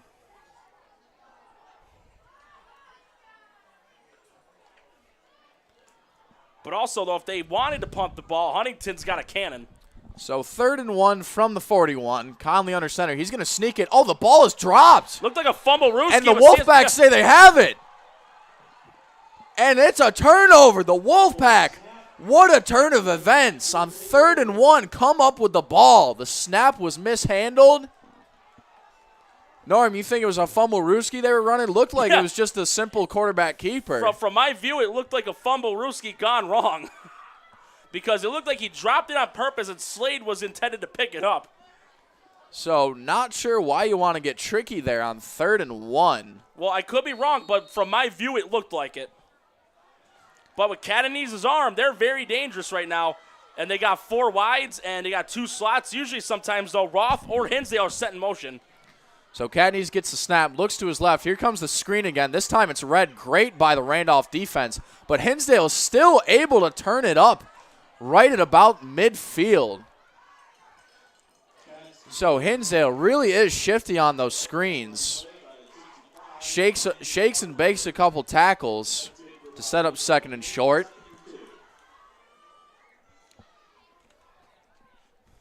And the number one thing is also you don't want to give Randolph too much time. Well, I wouldn't be too worried about that with the way that Randolph typically runs the ball. Well, here's the rush. So Cadney steps up in the pocket, and he's going to dump this off, and it's going to be dropped. Looked like it was intended for Brink. Or no, excuse me, that was Hayes. So Braden Hayes, the intended receiver, bounces off his shoulder pads. Cadney's the mobile quarterback. He really is a magician in the pocket, able to escape pressure every now and then.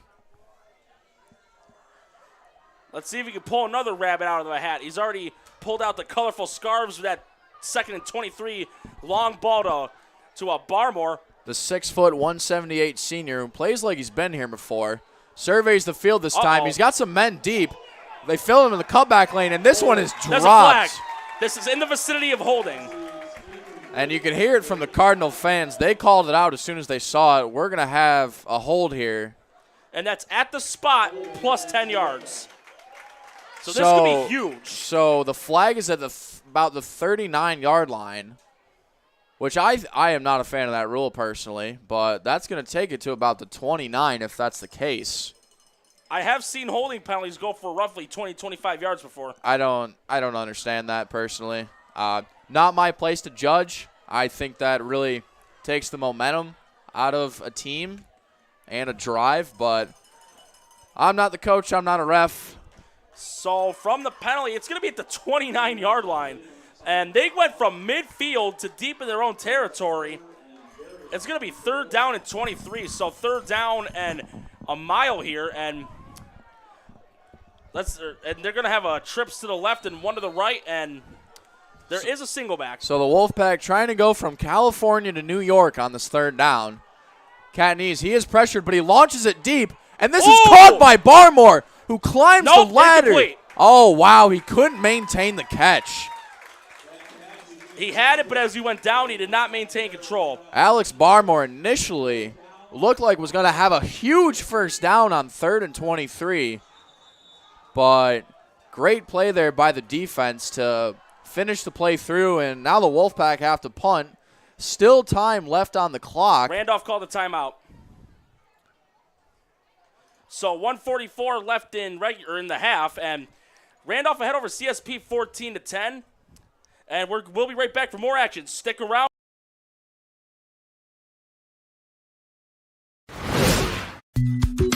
I love being home.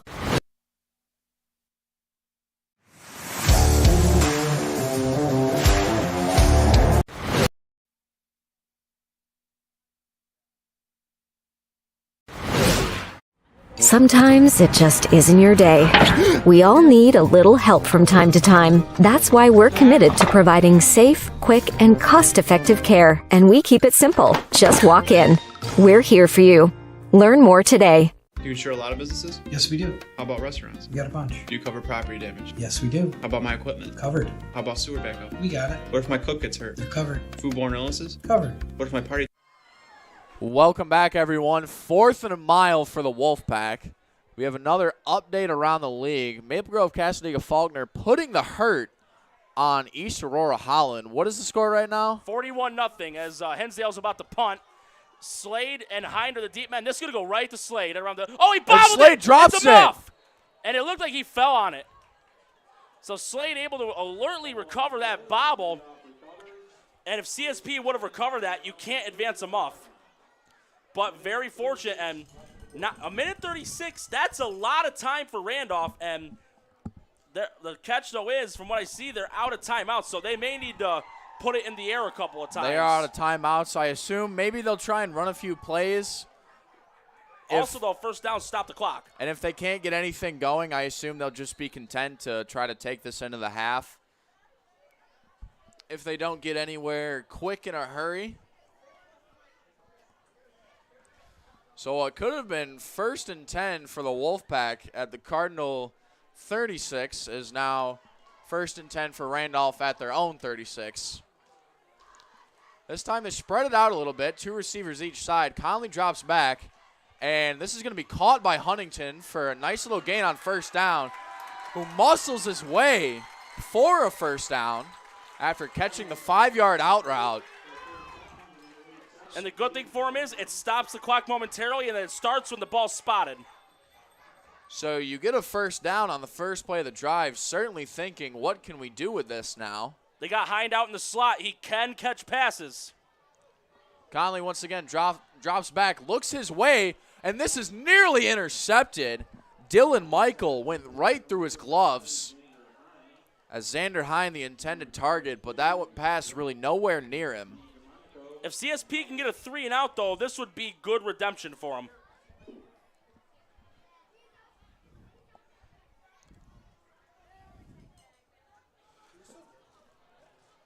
CSP has 2 timeouts if they do get the ball back. They're not going to roll over like cell phone minutes, Colin. You don't get 5 timeouts, 2 carried over to the second half. That you don't. Might as well use them if you get the chance. They're showing blitz. Once again, the pressure comes. Conley avoids it, escapes to his left, trying to get the corner. Fumble! He drops the That's ball, out! and it looks like it's recovered by a Cardinal. As he escapes, wow, that was close.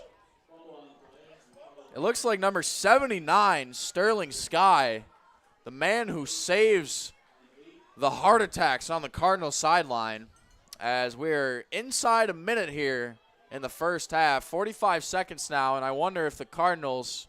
Well, they got Hind in the slot again, so they may go to him on a pass play. See what they can do on third down here. No, they just give it to Slade up the middle, who still's running. Buries. Wow. Absolutely buried Austin White Someone's in the hurt. dirt. And that is Austin White down on the play. And I do believe in high school ball. I'm not sure if it's true. If there's an injury inside 2 minutes, the team is charged a timeout. And White was banged up earlier, but with him hurt, Colin, we're going to take a quick break. 30 seconds left in the half. Score still 14-10, but stick around for more action.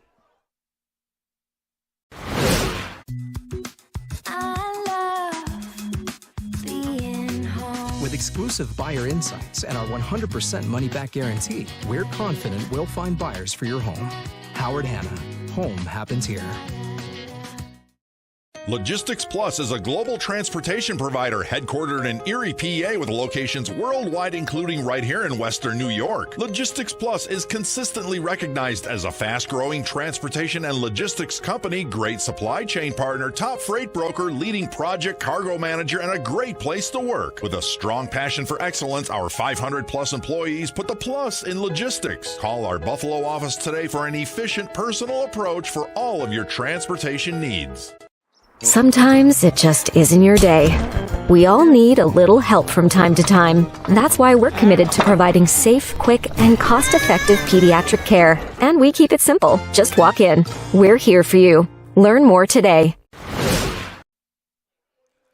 Welcome back, everyone. We're still watching as the refs and Coach Harper tends to Austin White, who is down on the field.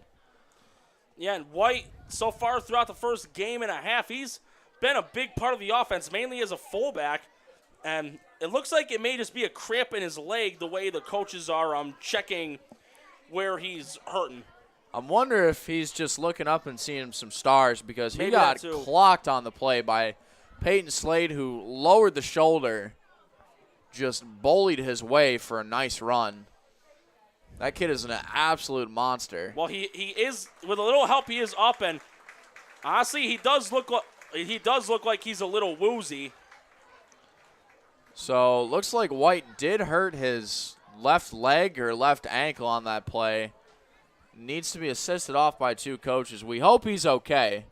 He is a solid staple in the running back and the skill positions for the Wolfpack offense.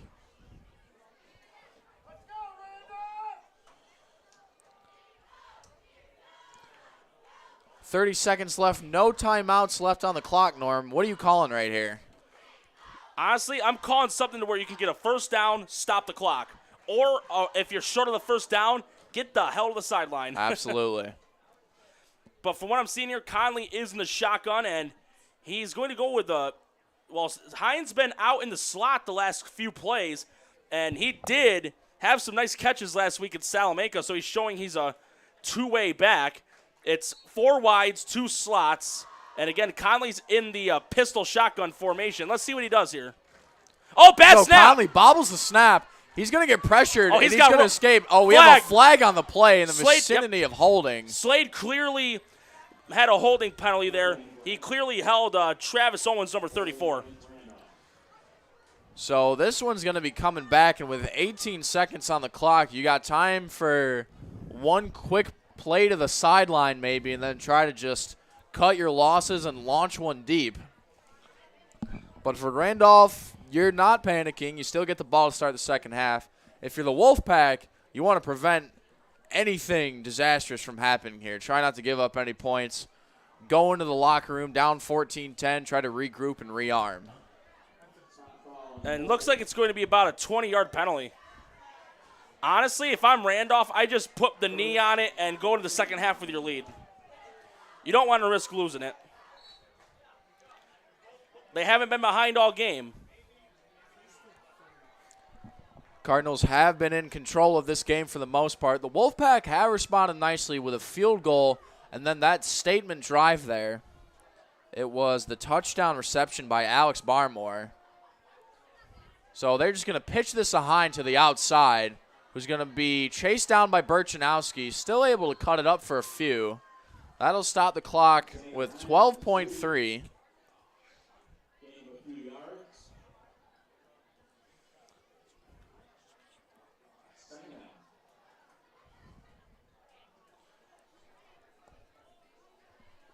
So from what I'm seeing, it's going to be a 3-yard gain by Hind, and there's 12 seconds left.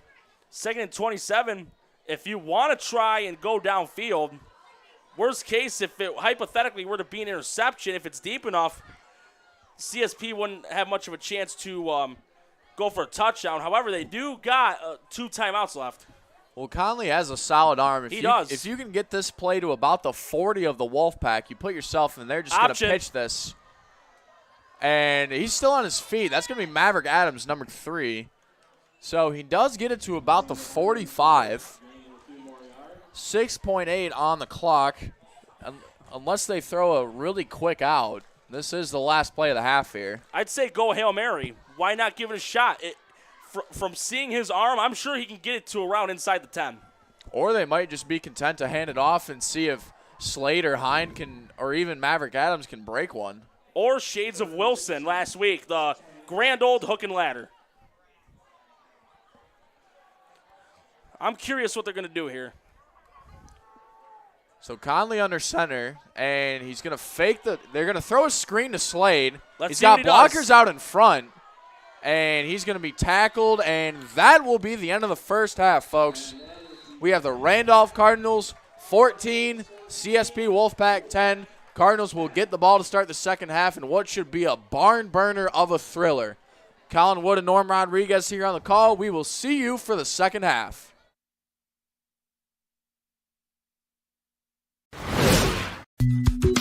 I love being home.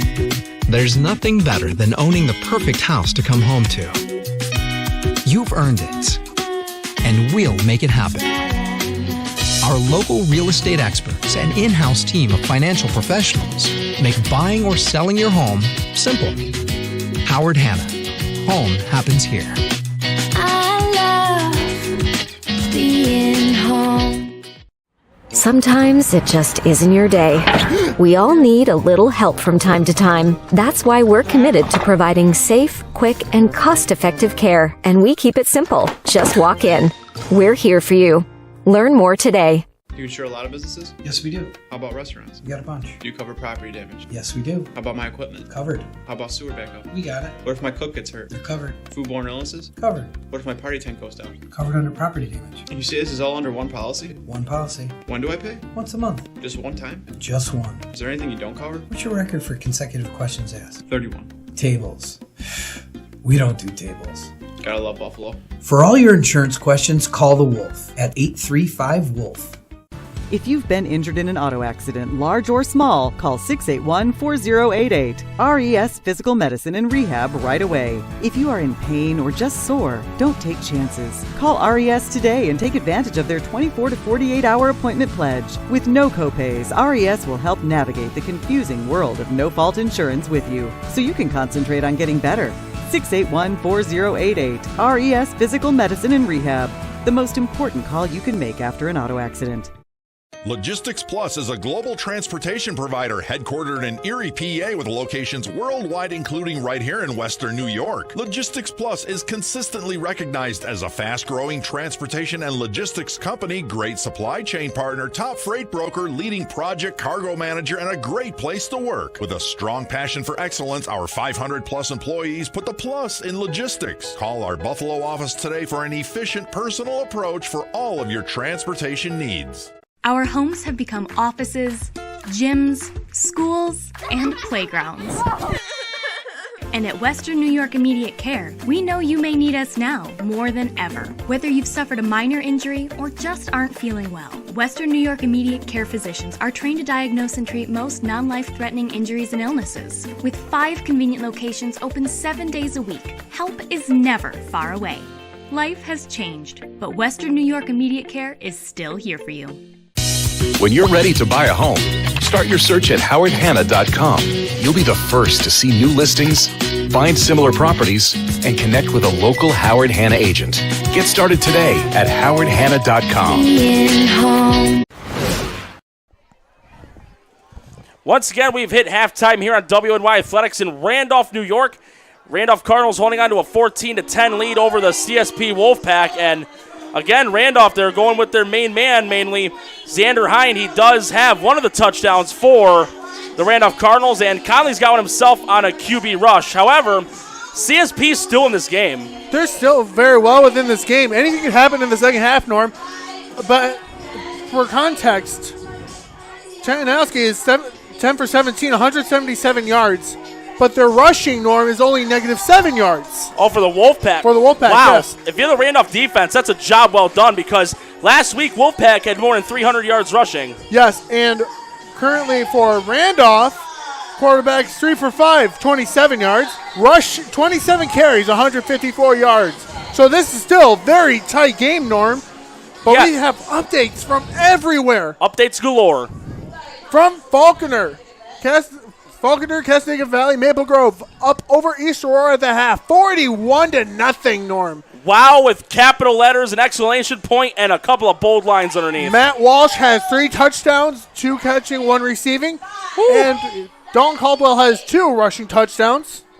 And from Orchard Park, it is 21-14 OP with 41 seconds left in the second quarter. That is on tape delay. Jacob Fayok on the call. Yeah, and Jamestown, they're looking to shake off a very tight loss against Lancaster last week. It was. That game could have gone either way, Norman. You knew Jamestown had to know going against Orchard Park.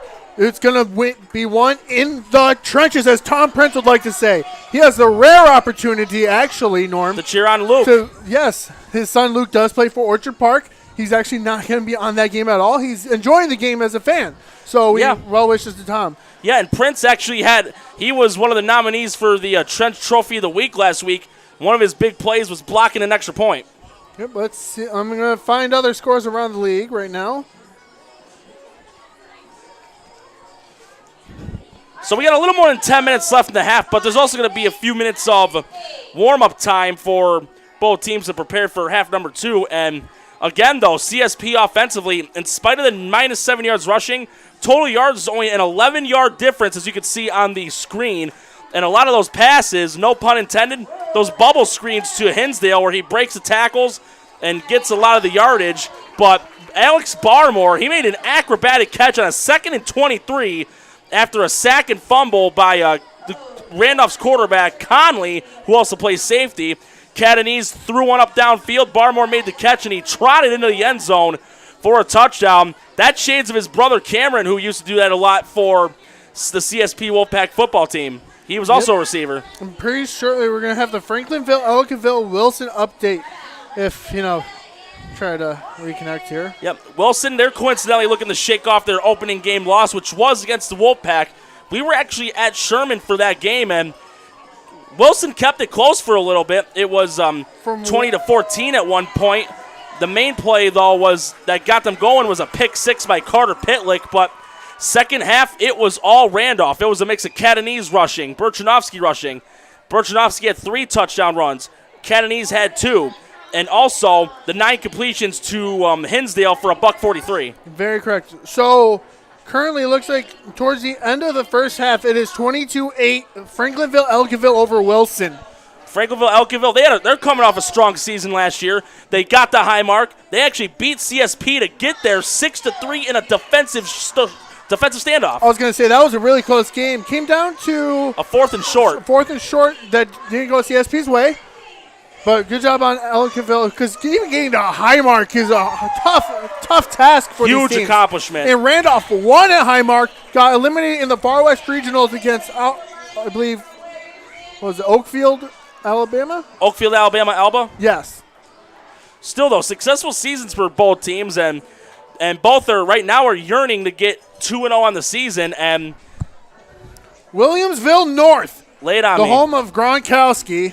I know you love him. No, I do not. 27-6 over Frontier. Is this at halftime? This is at half, yes. Wow. And Frontier, they're a team that love to run the wing T and the option plays, but being down by that many points, they're going to have to start putting the ball in the air a little bit to get back in this game. Frontier, no game is over until it's over. Exactly. The fat lady hasn't sung. And Frontier had a really strong season coming down to Class A last year, and I believe this is Williamsville North's first year in Class A as well. Now, you got a tough Class A South, but we got a tough Class D as well. Oh, D could be a possible, in a good term to say it, I think it's going to be a possible a battle royale. There's multiple teams in the mix. I'm definitely more intrigued to see how this one concludes. I think this plays out the right way. I think this is going to be the matchup at Highmark.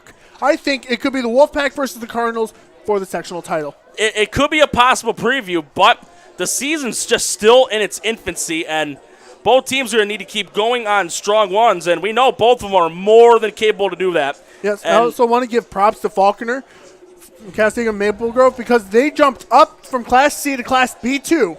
I heard about that, yes. And they're making a statement up in that class.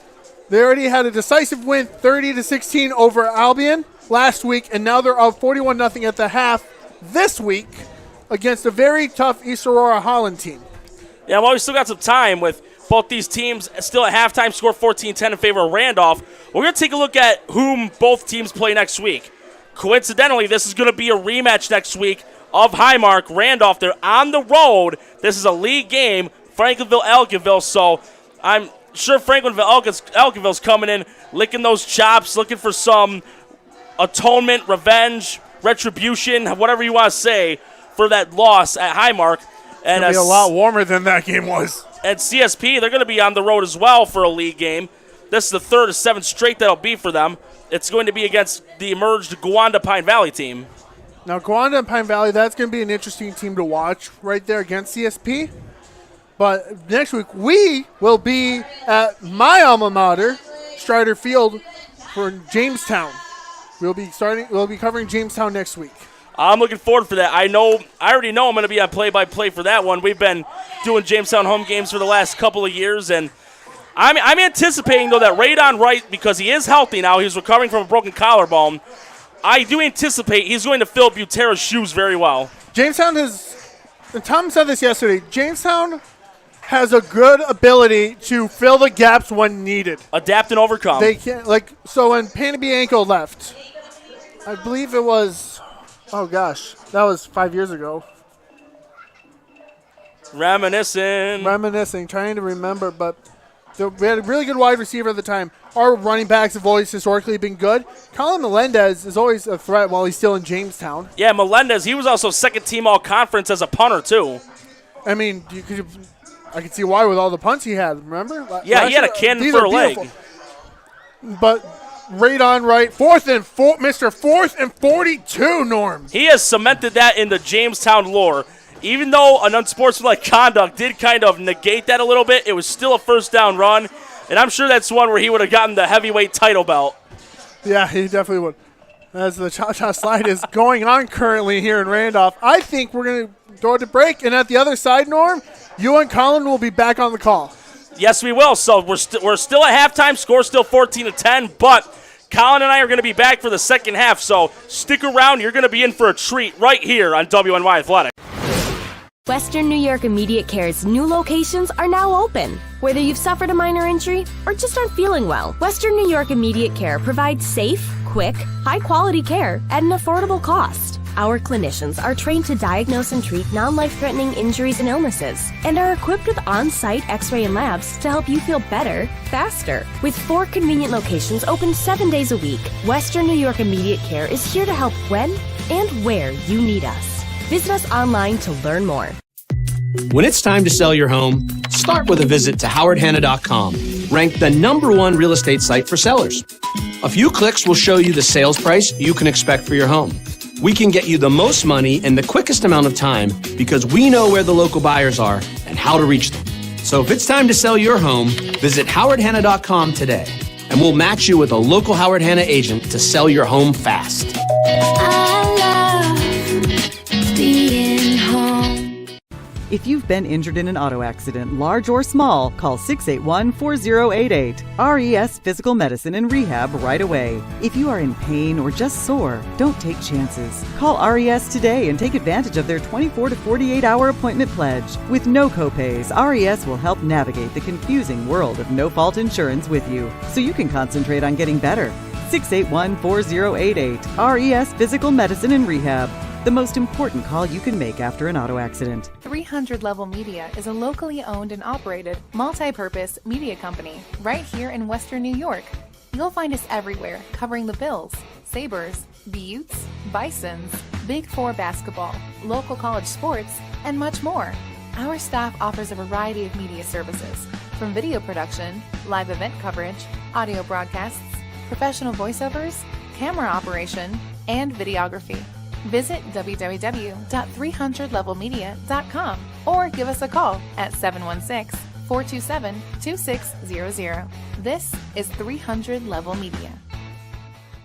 Do you insure a lot of businesses? Yes, we do. How about restaurants? We got a bunch. Do you cover property damage? Yes, we do. How about my equipment? Covered. How about sewer backup? We got it. What if my cook gets hurt? You're covered. Foodborne illnesses? Covered. What if my party tent goes down? Covered under property damage. And you say this is all under one policy? One policy. When do I pay? Once a month. Just one time? Just one. Is there anything you don't cover? What's your record for consecutive questions asked? 31. Tables. We don't do tables. Gotta love Buffalo. For all your insurance questions, call the Wolf at 835-WOLF.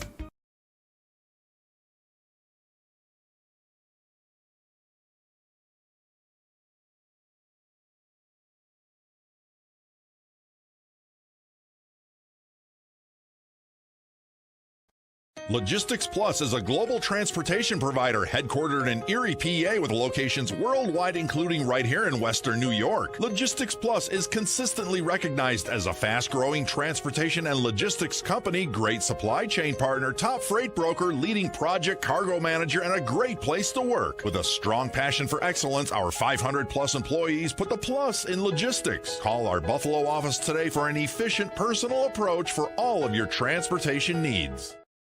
When it's time to sell your home, start with a visit to howardhanna.com, ranked the #1 real estate site for sellers. We can get you the most money in the quickest amount of time because we know where the local buyers are and how to reach them. Get started today at howardhanna.com. Sometimes it just isn't your day. We all need a little help from time to time. That's why we're committed to providing safe, quick, and cost-effective care. And we keep it simple. Just walk in. We're here for you. Learn more today.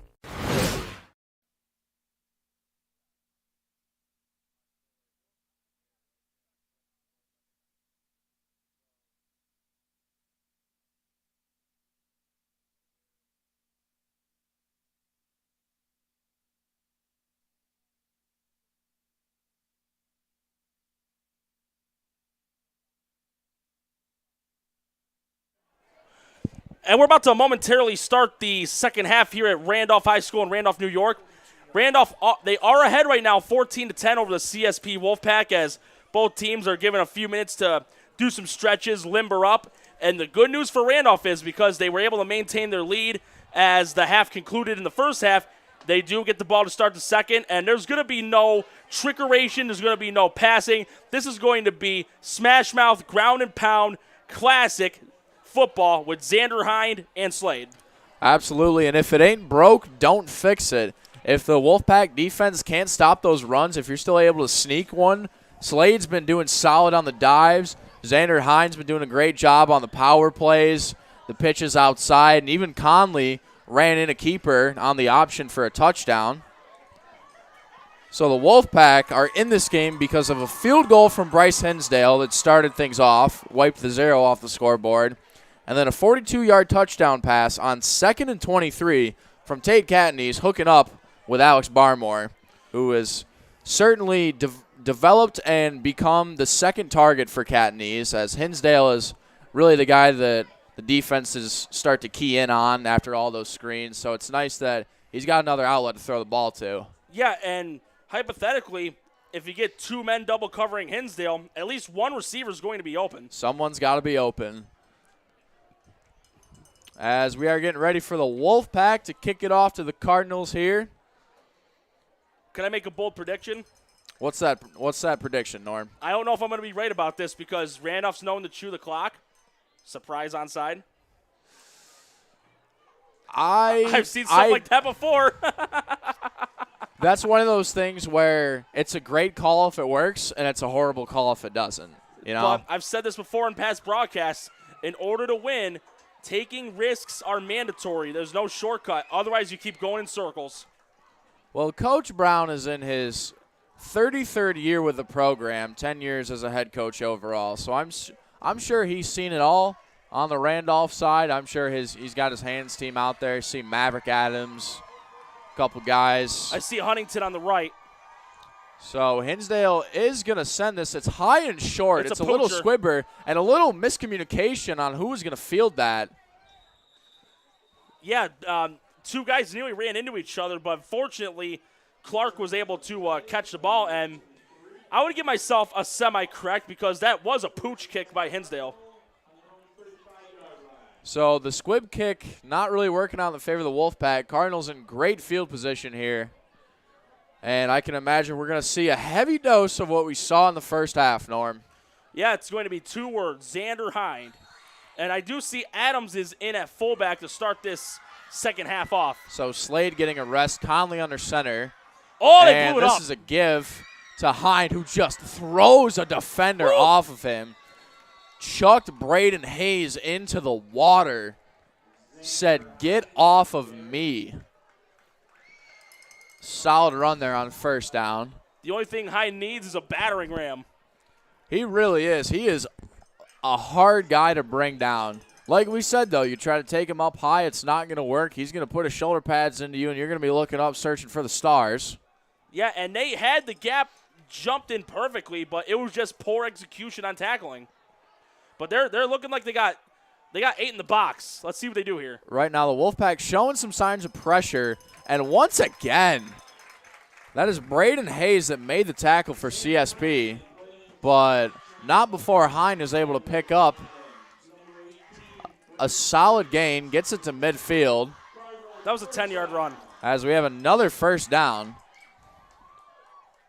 So Hind, who had 132 yards last game and 3 touchdowns, he is on pace to break his marks from last year and then some.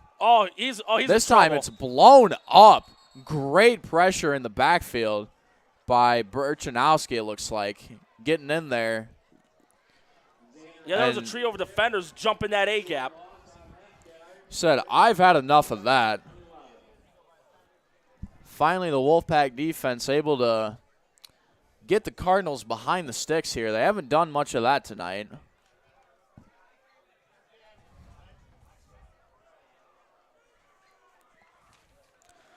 So 2nd and long from the 48. And this is going to be a counter to Hind. And nothing doing that time either. So 3rd and long Wolfpack could really use this. Yeah, and 3rd and 11, this is a throwing down. If CSP can force a punt on this possession right here, they have a chance to take their first lead of the game. If I'm the Wolfpack, I'm staying cautious of that wide side of the field. Although Conley is right-handed and he would be rolling out to his left, maybe he has a back that runs with him, trails behind him for a pitch, or he gets one of his receivers on a crossing route. Huntington, that's a big possibility. Jaden Huntington normally is his go-to guy. He's a tall receiver. Well, it's going to be a run. He's listed at 6'4". Whoa! It's going to be a run for a first and then some.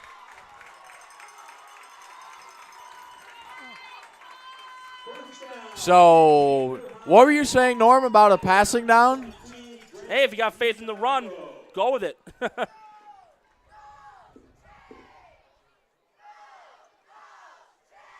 And this is just, we have a case of just out-muscling and manhandling those 5 guys up front for Randolph.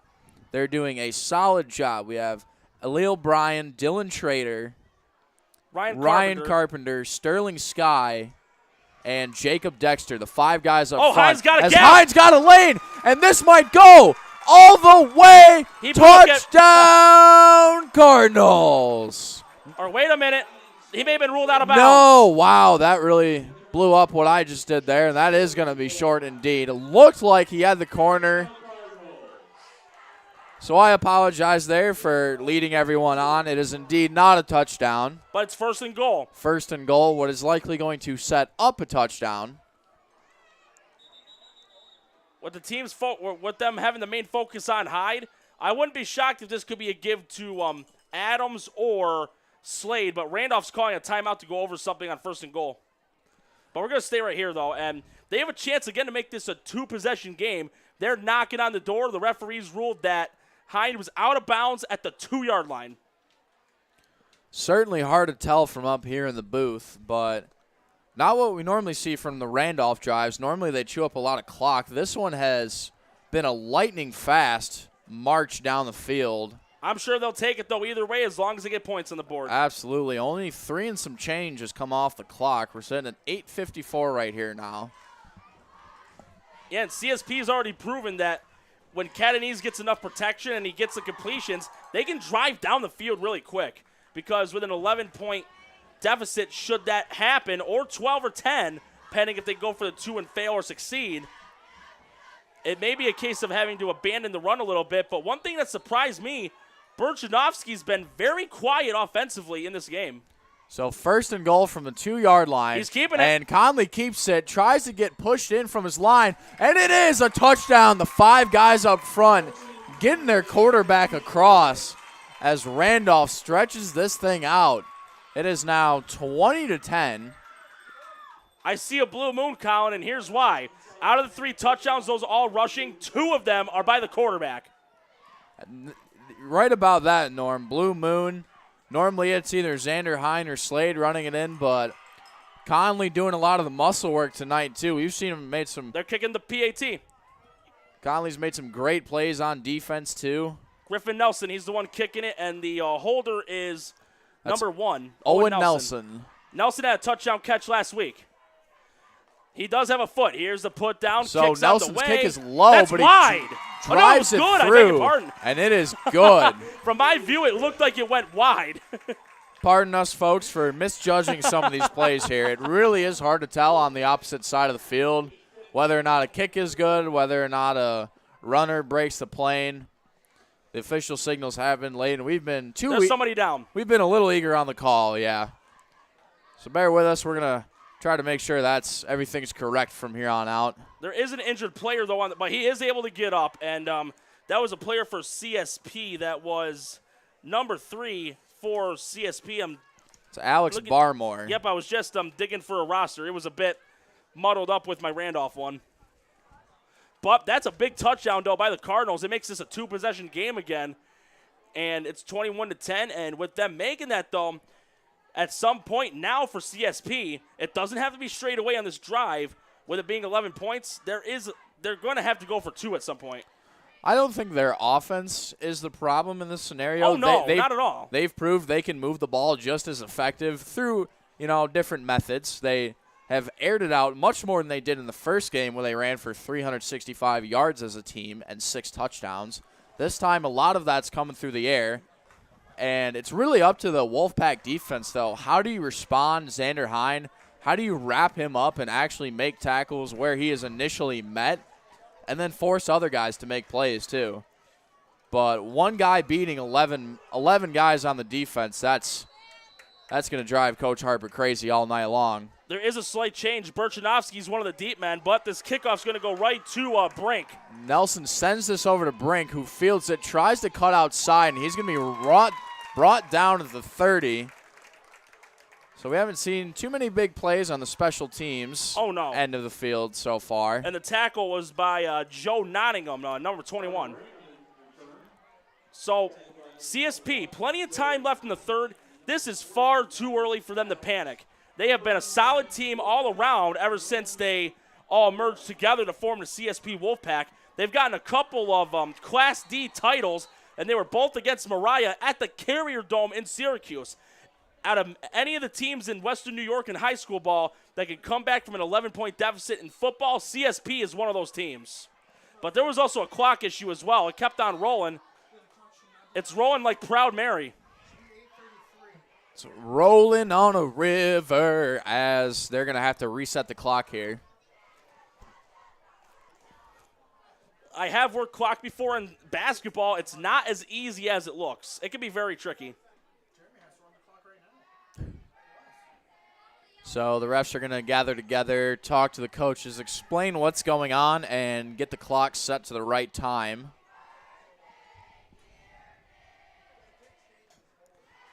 So the ball's going to be at around the 29.5, 30. So it's going to be 8:26. Again, there was a clock issue. It kept on ticking away. All I know is, though, there's no metronome. Guys above us got it taken care of, so 8:26 left to play. 1st and 10 from their own 30. Wolfpack in dire need of a response. Cat knees under center. He's going to throw. He's going to roll out to his right. He's got a man downfield. Hinsdale cuts back on the comeback. Sideline throw. And I'm not sure. They haven't made a ruling. Still waiting on the official signal. The PA guy ruled it complete, but they're having a conference right now. That was close. Hard to tell from where we're at. That was a great route by Hinsdale, though, to take his defender deep and then put that foot in the ground, plant hard, come back, and go to the sideline where his quarterback was able to meet him. From where they're spotting the ball, it's ruled a catch. So it is a tiptoeing in his Jordans kind of catch for Bryce Hinsdale. It's going to be 1st and 10 from the 42. And I did also see Gabe Roth coming in for Burchanovsky. When he is in, he doesn't get a lot of carries, but they do line up in the slot, and they occasionally send him in motion for a couple of jet sweeps. Once again, Catney's having a solid game passing.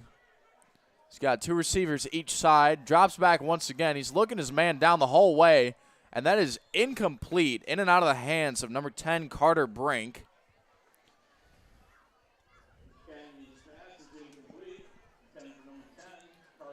Not the end of the world, though. It's only 2nd down, and they're nearing Randolph territory. So we also got a score update. Jamestown and Orchard Park in another one of those classic battles of 2 rivals. Jamestown and Orchard Park, 21-all. They both got the blackjack.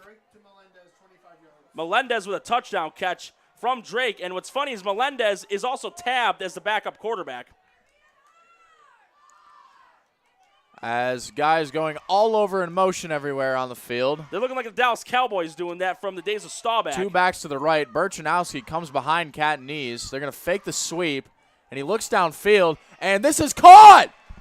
It looks like it was Brink. Yes, it was. And that was a beautiful fake, though, on the sweep. That was a fantastic dot on the money from Cat and Knees, and Carter Brink beats his defenders. I mean, that was good defense, just better offense.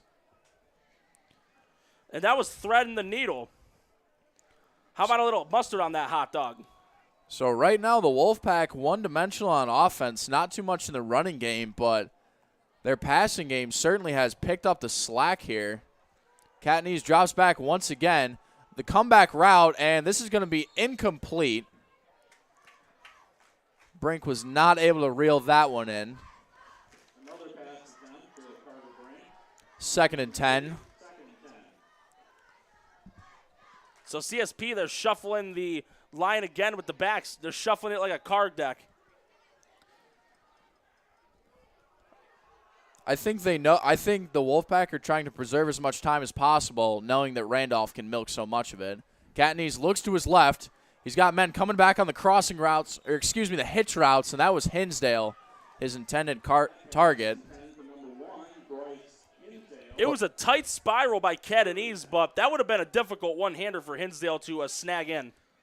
Looked like that was hitches across the board there for all the receivers. The good news, though, for CSP is this is 4-down territory. They're at Randolph's 28. If they can account for at least half the yardage, they should be golden for a possible conversion. But here's the bubble screen to Hinsdale. And Hinsdale's got a lane, and he spins out of a tackle from Jaden Huntington, and this is going to be close. I think he was a yard short from my sight.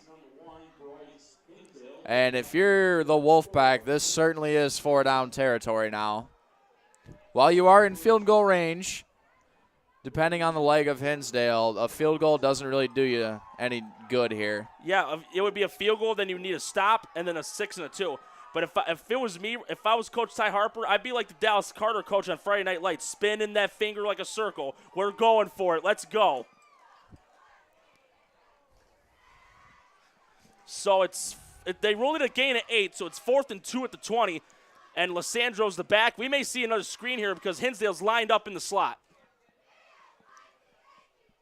And that's Conley that follows him, and Catanese looks that way, and this is going to be caught by Hinsdale. He's going to have the first down for he is.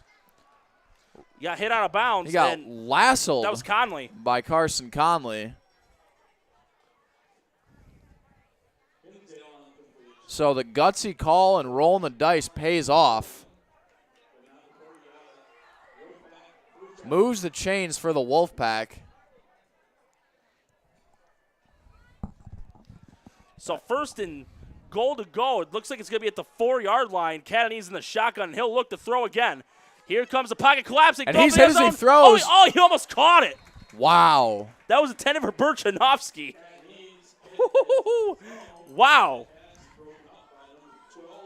That could have been detrimental for the Wolfpack. Catanese just gets that ball off as the pressure arrives, and Burchanowski almost made a miraculous catch.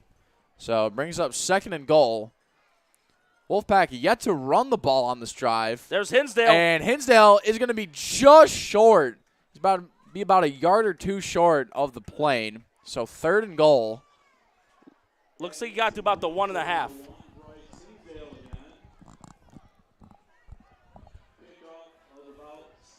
So Coach Harper not wasting any time trying to get the running game going. Just want to keep that clock with as much game time left as possible. I say go unconventional. Lissandro's the fullback. Give him that rock. Oh, and it's going to be a pitch to Burchanowski. Cuts it back, and I don't know if he got it. We'll wait on the official signal. I saw him hit the pylon. They're going to mark it short. Wow.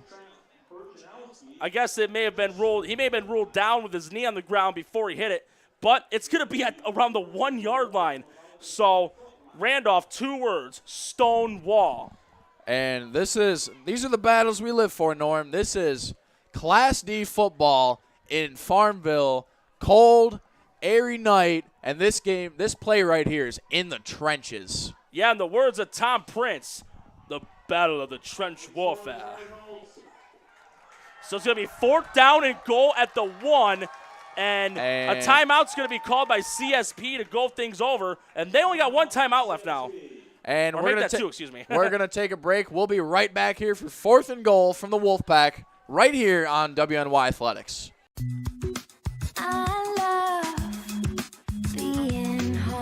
We realize now more than ever is the perfect time to have the perfect house. We're confident we'll find your dream home.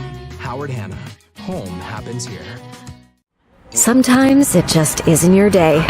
We all need a little help from time to time. That's why we're committed to providing safe, quick, and cost-effective care. And we keep it simple. Just walk in. We're here for you. Learn more today.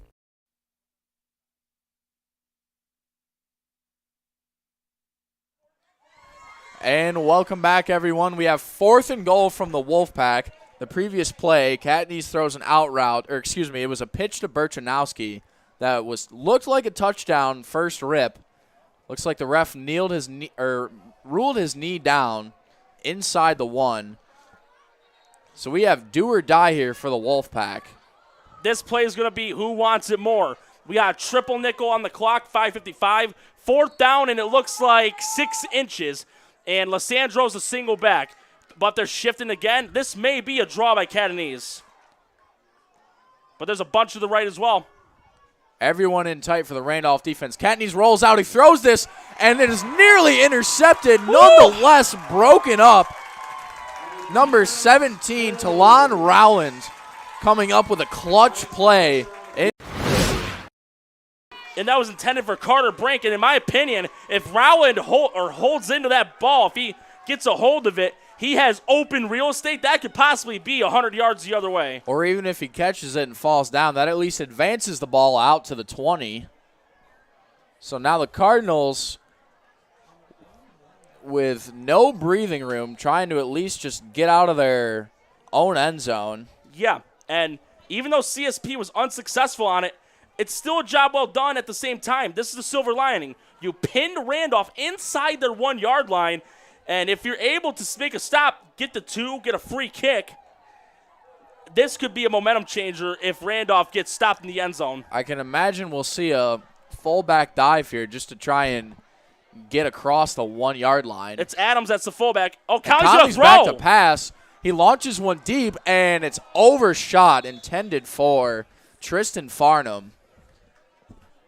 I like the boldness, though. Go downfield, and if Farnham's able to hold that in, it was a tad overthrown. But if he's able to catch that and break the tackle from his guy covering him, that's possibly a 99-yard touchdown. And he would have gone for that one. He had clearly beaten his defender there.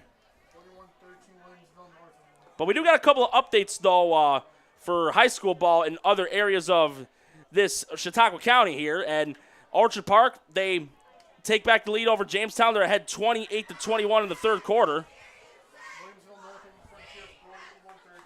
And Williamsville North, they're ahead over Frontier, 31-13. And Conley hands it off to Hind, who at least gets out of the end zone, out to about the 5.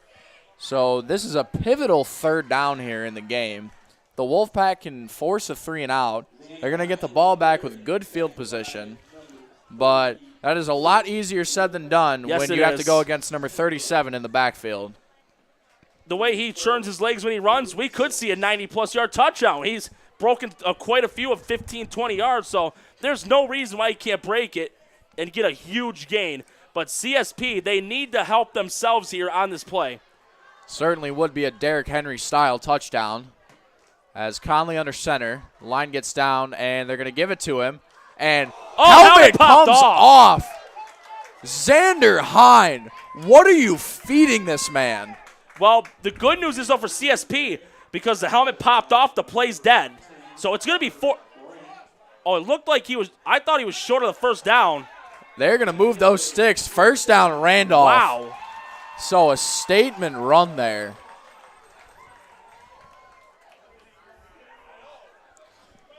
Xander Hind just on the carnivore diet tonight. He is feasting.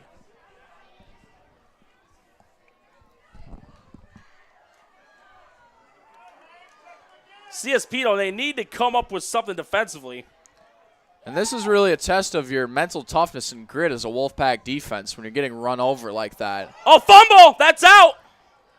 CSP saying they got it. The Wolfpack have recovered the ball. What a turn of events. Wow, Hind dropped it onto the carpet, and the Wolfpack fall on it like a pack of wolves. Pun entirely intended. Number 26, Gabe Roth, coming up with the recovery.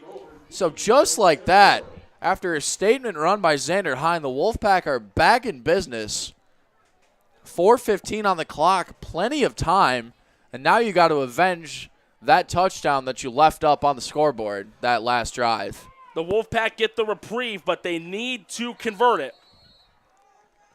Plenty of time and plenty of football left in this game. There's still 16-15 to play, and that includes the fourth quarter. So Lysandro and Roth split to each side of Catanese, who gets the snap. He looks deep. He's got pressure coming, and he's going to be dropped. Guess who? Xander Hind. The man, the myth, the legend. He is everywhere tonight. And we do also got an update as well. Jamestown, they answer again, 28-all against Orchard Park. So Hind makes up for that fumble, and that's the number one thing that you need to do when you're a football player, whether you fumble a ball, throw a pick, drop a pass, you have to have a short memory, and Hind just proved it, sacking Catanese. So Xander Hind coming on the delayed safety blitz, and here we have another screen caught by Hinsdale. That was read beautifully by Randolph. Only for a couple, so the Cardinals really starting to catch on to one of the staple plays that CSP runs. So 3rd and long here, Norm. We're looking at about 3rd and That's what I was 17. Yeah, just got the confirmation. So what are you running here on 3rd down to try to set up a manageable 4th down? I would say a simple 10-yard route, whether it be a slant or down and in, down and out, or if you want to run to that center of the field, even though it's running into highway traffic, sometimes you got to do stuff like that. But what I'm seeing here, it's going to be a trip to the left with a stackage, and Catanese is going to throw. He's going to throw to the lone man on the other side. That's Barmore. Barmore. Oh, and just through his fingertips. That's a heartbreaker for the Wolfpack. And guess who was on the coverage? Rowland, once again. He was the one that stopped a possible touchdown for CSP. But again, this is 4-down territory. Maple Grove Casadega Faulkner up 55-6 in a complete rout of East Aurora Holland. So we got some blowouts, some barn burners, and everything in between tonight here for Section 6 football in Western New York. Wolfpack no choice but to go for it on 4th and 17. Wait, they're kicking the field goal. So this is going to be about looks like a 38-yarder approximately. This will be to make it a one-possession game, and there's a flag. Whistle dead. And looks like that kick would have been short anyway, from what I saw. It's a false start on CSP, so it's going to be 4th and 22. So now they got to throw it here. At this point, yeah, you just launch one up to the end zone, really, or just at least for the first down marker. Yeah, again, though, with the angles that we got, when a kick's good, sometimes from our view it looks like it's not. Even though the press box is still the best spot in the house. Personally, I'm running a flood play. I flood all my receivers except one to one side, try to have a tight end sneak out the other as the coverage and the defense starts to flow one way. You plant your feet if you're Catanese, throw it backside. But we'll see what the Wolfpack do here on 4th and 23. Randolph, they're on a man up 3 deep. Catanese got plenty of time. He has to roll out now to his left. He's going to launch this, and it's going to be high and incomplete. And where it was going, it would have been far short of the first down. So Randolph, they do a good job. They force a 4 and out, so it's going to be first down for them again. And the way it's been looking for Randolph, if they can punch in another score, that could possibly be the exclamation point, even though we're not even done with the third quarter just yet. So both defenses really stepping up here throughout this game. And the turnover battle, really, it's up for grabs still throughout this game. Each team coughed it up a couple of times. But Randolph remains on top, 21-10, 2:40 in the third left to play. It's going to be 1st and 10 from the 25. Split backs on each side, and this is going to be a give to Hind, who once again has picked up a first down on a first down. And just off an educated guess, he's got to be averaging at least 9 or 10 yards a carry tonight. And CSP, they were showing blitz, but it didn't work. Hind was able to find gaps and get another first down for Randolph. So Randolph looking to put the knife to the jugular here at the end of this third quarter. Yeah, they're in pistol again, and they're showing the blitz, CSP. They got 2 edgers. Once again, a give to Hind, who has blockers, and he still will not go down. No, he inside the 45. And you can see it in his emotion. The passion that kid runs with is like no other. He's also probably one of those guys, every bruise from running, these are battle wounds. Battles in the trenches. The Wolfpack just no answer for number 37, Xander Hind. The 5'9", 185 running back who is a senior this year, and I'm sure is getting looked at by plenty of colleges in the area. Looks like they got 8 in the box. Give to Hind again. Tries to bounce it outside. Lowers his shoulder still inside the 40 for another solid gain. As that clock continues to trickle. And looks like Farm's going to come in to give Hind a breather. And honestly, Hind's earned it. That man certainly earned a rest. And it's a luxury if you're Coach Brown to have other guys that can step up when Hind's been carrying the workload, and he just simply needs a break. You got guys like Maverick Adams and Tristan Farnham who are just as capable of making big plays. Maverick Adams already with a touchdown in this game. They're doing 8 in the box. Somebody jumped, it looked like. And it's going to be Conley on the keeper, who slides and slithers his way for what appears to be close to, if not a first down. He got it. No, it looks like they're going to mark it short, so it's going to be third and about a yard or half yard. And official timeout, I think we're bringing. The chain gang? Yeah, this is the chain gang type of scenario. Well, I did see the board got shifted over to a first. So we're going to get a measurement here. Hopefully no index card will be required. And it's likely that Randolph will still have the ball in the fourth quarter, can bleed some more Looks clock like a here. link short. Oh, that's definitely short. So it's going to be third down and about a foot. But if you're the Randolph offense, there's nothing scary about 3rd and 1 when you can convert 3rd and 10 plus with a running play. Yeah. And I have seen, though, 3rd and shorts.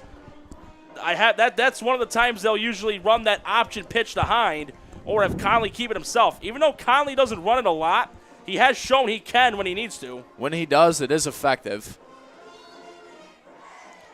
As they start the clock up, this could very well be the last play of the third quarter here. Conley out of shotgun. Haven't seen that a lot. And he's going to. So, little option play. It looked like Conley had the option to hand that off or keep it. And not a good read there because that is going to bring up 4th down. Lost a couple yards. As that is going to be the end of the third quarter. Randolph Cardinals 21, CSP Wolfpack 10. 4th and a couple coming up here in a few minutes. We will see you on the other side for Western New York Athletics.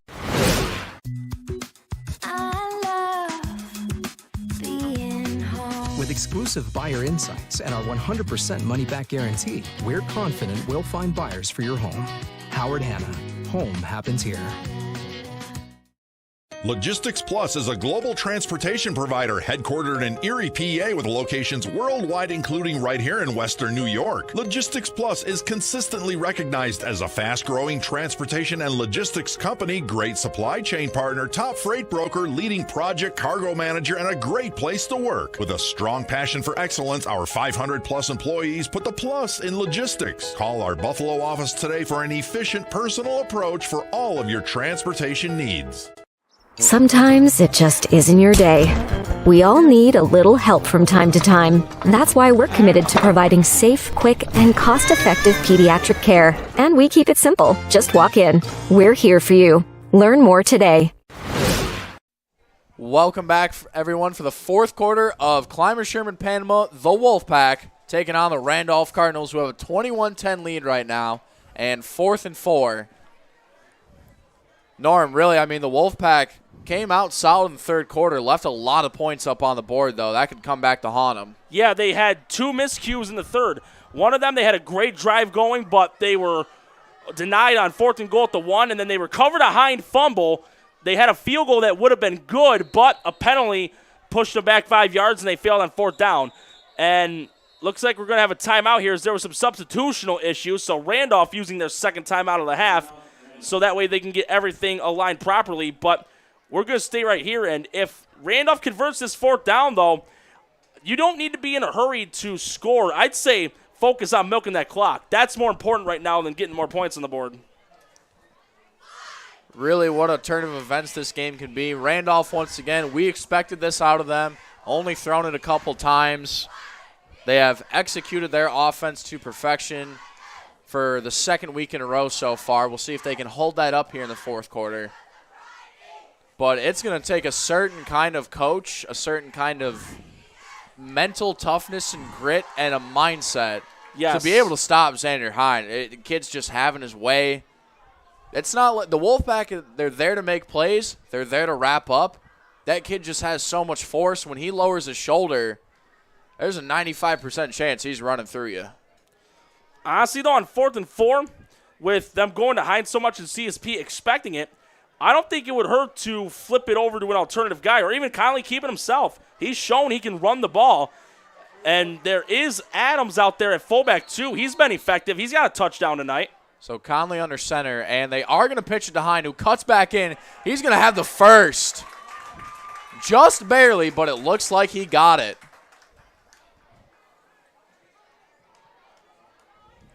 From where he went down, it looked like he got it. It was a close call. The Wolfpack sideline saying giving it to him. Short, so he got it. And the good thing, like in the words of Chris Berman with that clock, tick, tick, tick, tick, tick, tick, tick, tick, tick, tick, tick, tick. As it will continue to roll here as soon as they get the chain set. Cardinals looking to put the dagger on this one. As we mentioned last year, the Cardinals shut out CSP 22-0. It was the Wolfpack's only league loss, and Randolph went undefeated in league throughout the regular season. So 1st and 10, Conley in center, and he's going to hand it off to Hind. Again, they're tackling too just high. Will not be brought down. And this is coming back to haunt CSP. There were 6-7 defenders. They were going way too high on Hind. You got to go low. You got to go to around the chest area. You'll have a lot more success as long as you lead to that shoulder. He keeps those legs churning, and as long as he is, he's going to stay moving forward. A lot of these plays, Norm, they could be brought down for 2 or 3, and then they turn into anywhere from 10 to 15 just because of the strength and the refusal to be tackled by Xander Hind. And the one thing that's important also, again, that clock is going down, and it's already gone down quickly already. We're already more than a minute past the 4th. So once again, another first down. Cardinals threatening in scoring position here, as this time Hind never really had his footing on the carry. Oh, they're saying CSP's saying they got the ball and they may have fumbled, but the referees are saying no, Randolph had it or Hind was ruled down. So Hind never really had a chance on that one, but still able to get past line of scrimmage just barely. It's going to be 2nd and 8. The way he's been running, I wouldn't be shocked if there's a bunch of divots on the field. That's a golfer's dream. So the Wolfpack here, if you want to prevent another score on the board, you're going to have to start stripping at that ball, no matter who has the carry. Once again, Hind on the right side. Just that's that. Or no, he broke a tackle. Easy. I thought he fumbled for a second. Whoops. This man is putting on an absolute clinic.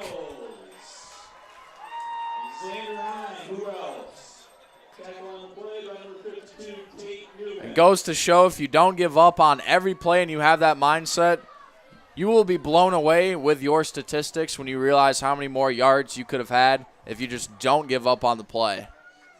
And he is a perfect example of that. They got it right smack dab at the 10. right at the 10, under 10 to go. Once again, Hine to the right Flag. side, flag. It looks like it's going to be a touchdown. Or no, excuse me. We have the ref on the far side signaling touchdown, but the flag in the backfield indicates that this one is a holding indeed. So the Wolfpack catching a break there.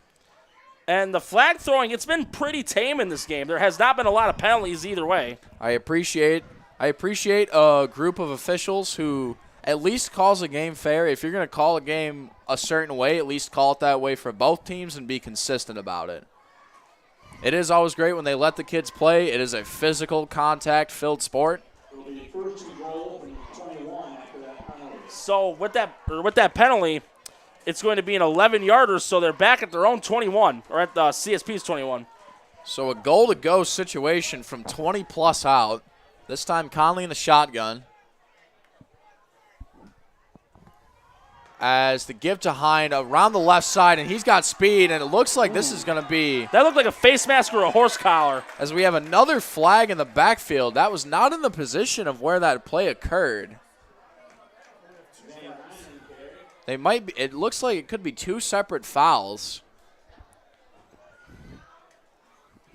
Yeah, the way Hine got brought down, I think that's either going to be a horse collar or a face mask. And a chop block. So we have offsetting penalties here. We have a horse collar and a chop block. So if you're CSP, once again, you catch another break there.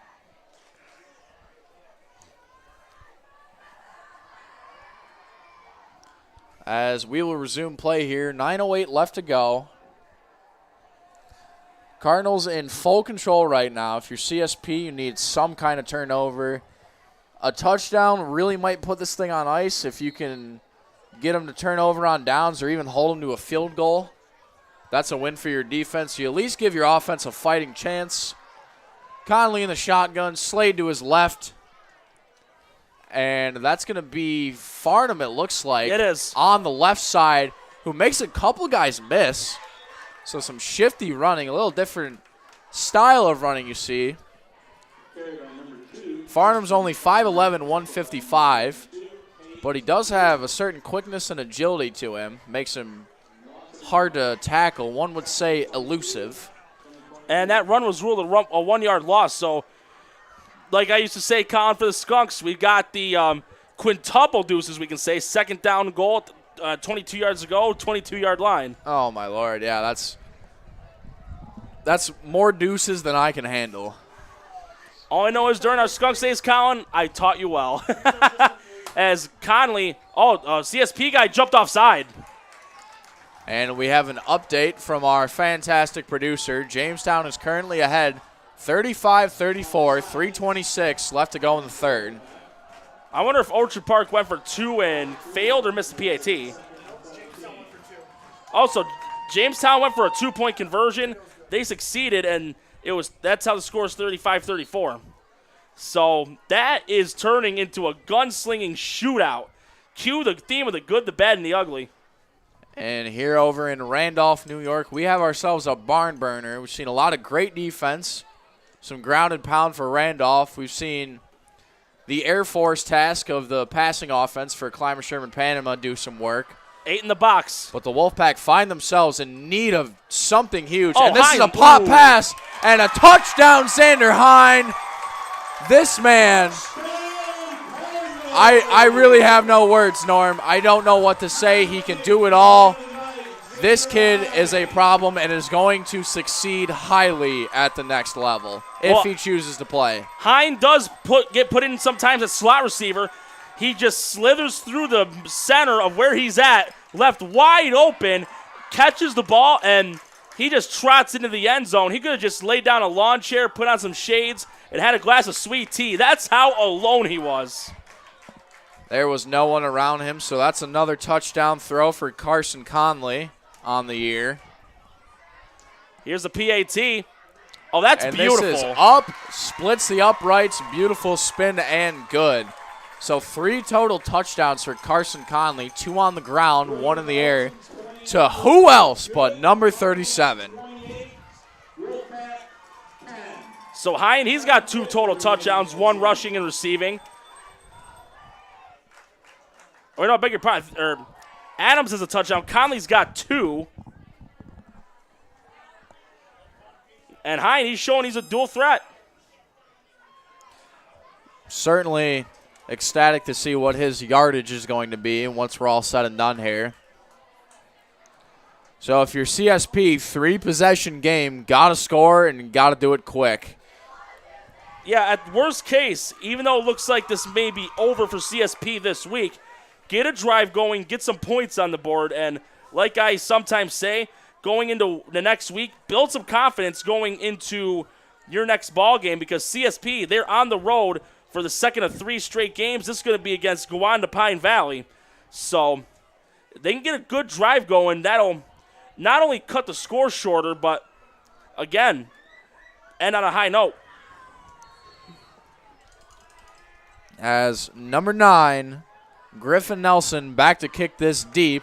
And it's going to be nice play by Hayes to get under that. As he's got somewhat of a lane. Boy, Wolfpack could have used a huge special teams play there. Gets just shy of the 35. So not much time here. You're really in your 2-minute offense, huh, Norm? You got to be in 2 minutes the rest of the way. And Catanese has proven he can get it done doing Air Coryell-style stuff, strictly throwing the ball. And when they have ran it, though, got to tip my hat to Randolph's defense. They have neutralized the ground attack that is monstrous for CSP's offense. But I'm curious to see what they're going to do to get some more points on this drive. Berchanovsky's on the left side, and a lot of times he will get set in motion. As right you are, he does come behind Catanese. They're going to give it to him on the sweep, and he's going to be tackled after a couple. Nice play there. Looked like that was Sterling Sky who wrapped him up. Yeah, Berchanovsky, he hasn't had a lot of carries tonight. The way it's looking, I think it may just be they wanted to change their schemes to keep Randolph guessing. And I'm not a fan of that run play there. You know, you got to mix it up. But you had plenty of time in the game to mix it up, and they were one-dimensional for the most part. They got a trip stack on the left. Maybe a bubble screen to Hinsdale. Nope. As Catanese has to escape pressure by Adams. Flag. We got a flag in the backfield. Catanese just grounds this one.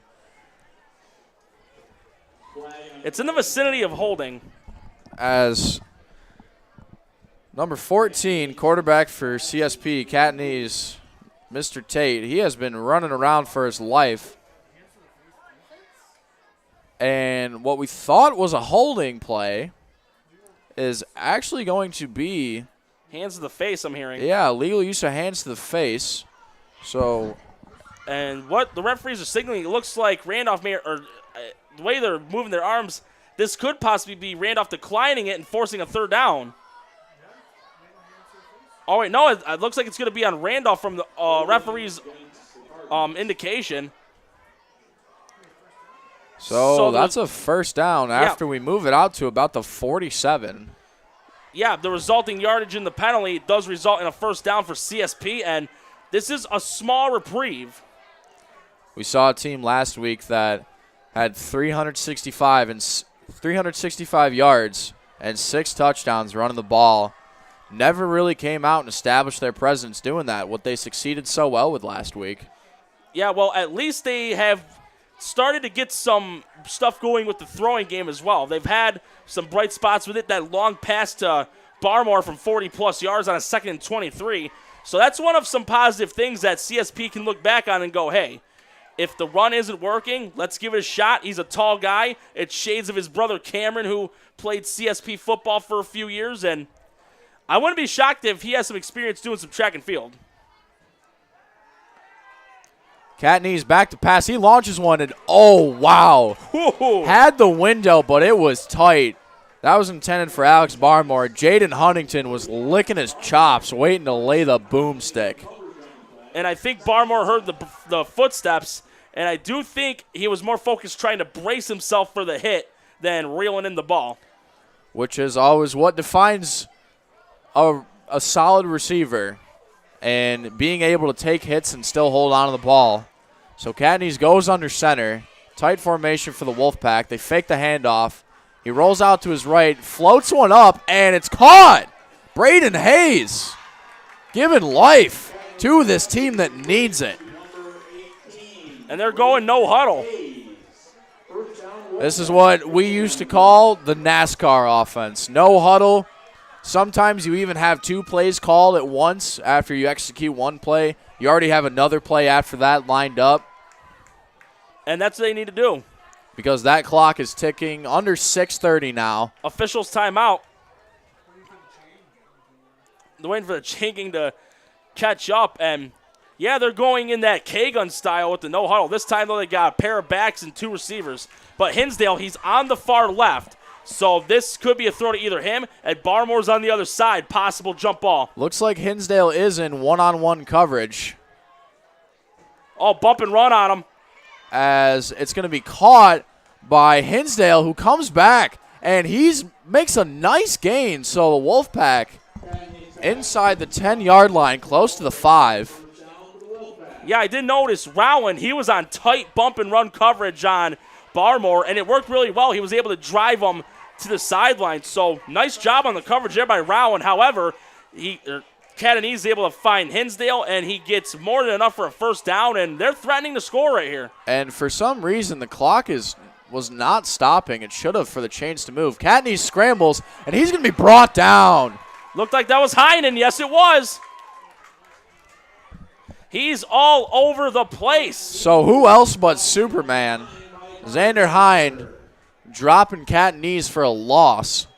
All I got to say is get that man a steak dinner with the works, the baked potato, the butter, the gravy, everything. He is Sweet deserving. potato casserole. Get him a giant cold soda or a tea or a juice, whatever he wants. You're making me hungry, Norm. We got to...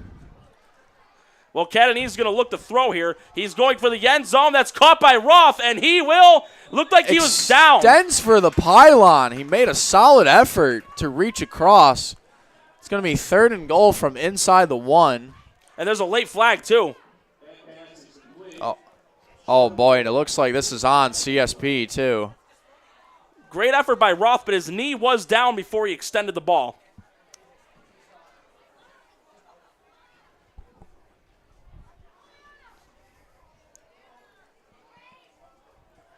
Oh, it's going to be on Randolph.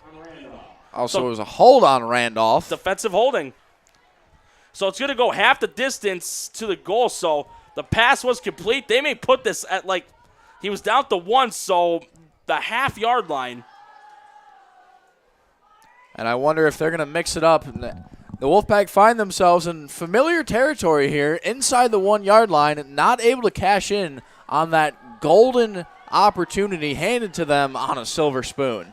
If they convert both those, if they would have been converted, this would be 28-24. But if with it at the 1, Lissandro, or he's going to be the back, I'm thinking, though, Catanese is going to try and sneak this in himself. Lissandro hasn't had a lot of carries. I'm thinking a sneak. Burchanowski goes in motion. You're right about that, Norm. It is a sneak, and I don't know if he got in. I don't think he did. I think he got back to the line. That's going to be short, and that call hasn't worked for him over the course of this game. I'm not sure why they're going back to it. Well, Colin, you've already called me this before. I'm Tony Romo. You predicted that, and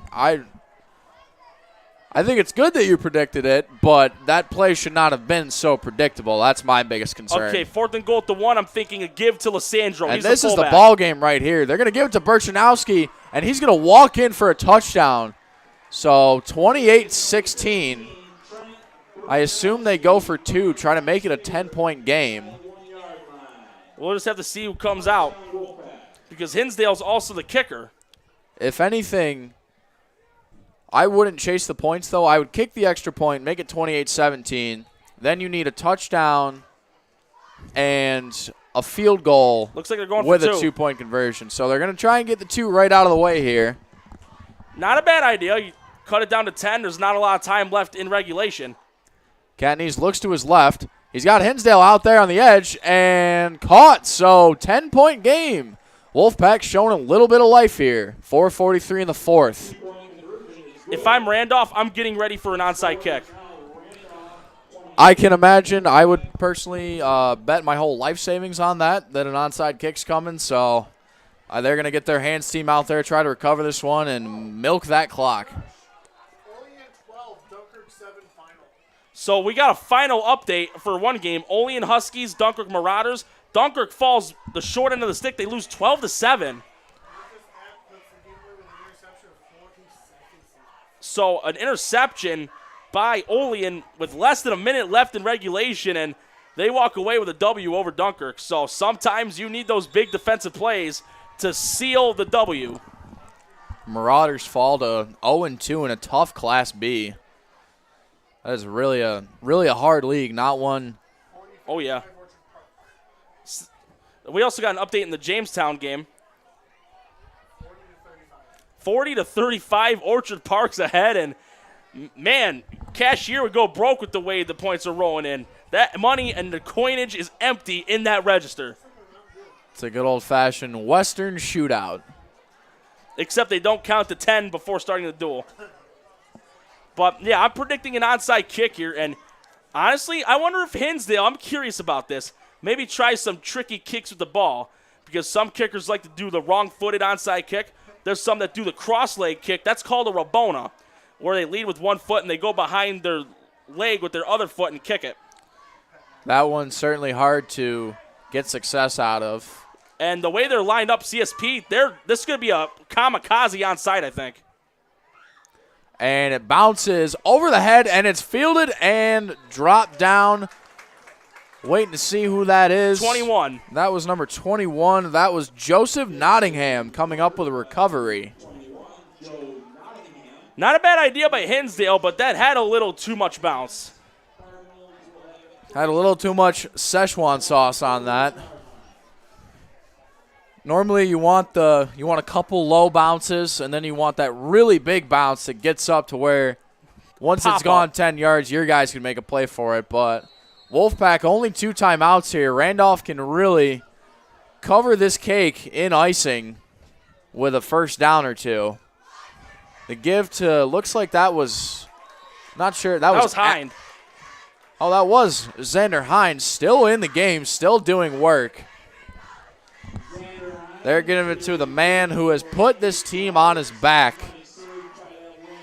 with some help from his quarterback, Carson Conley.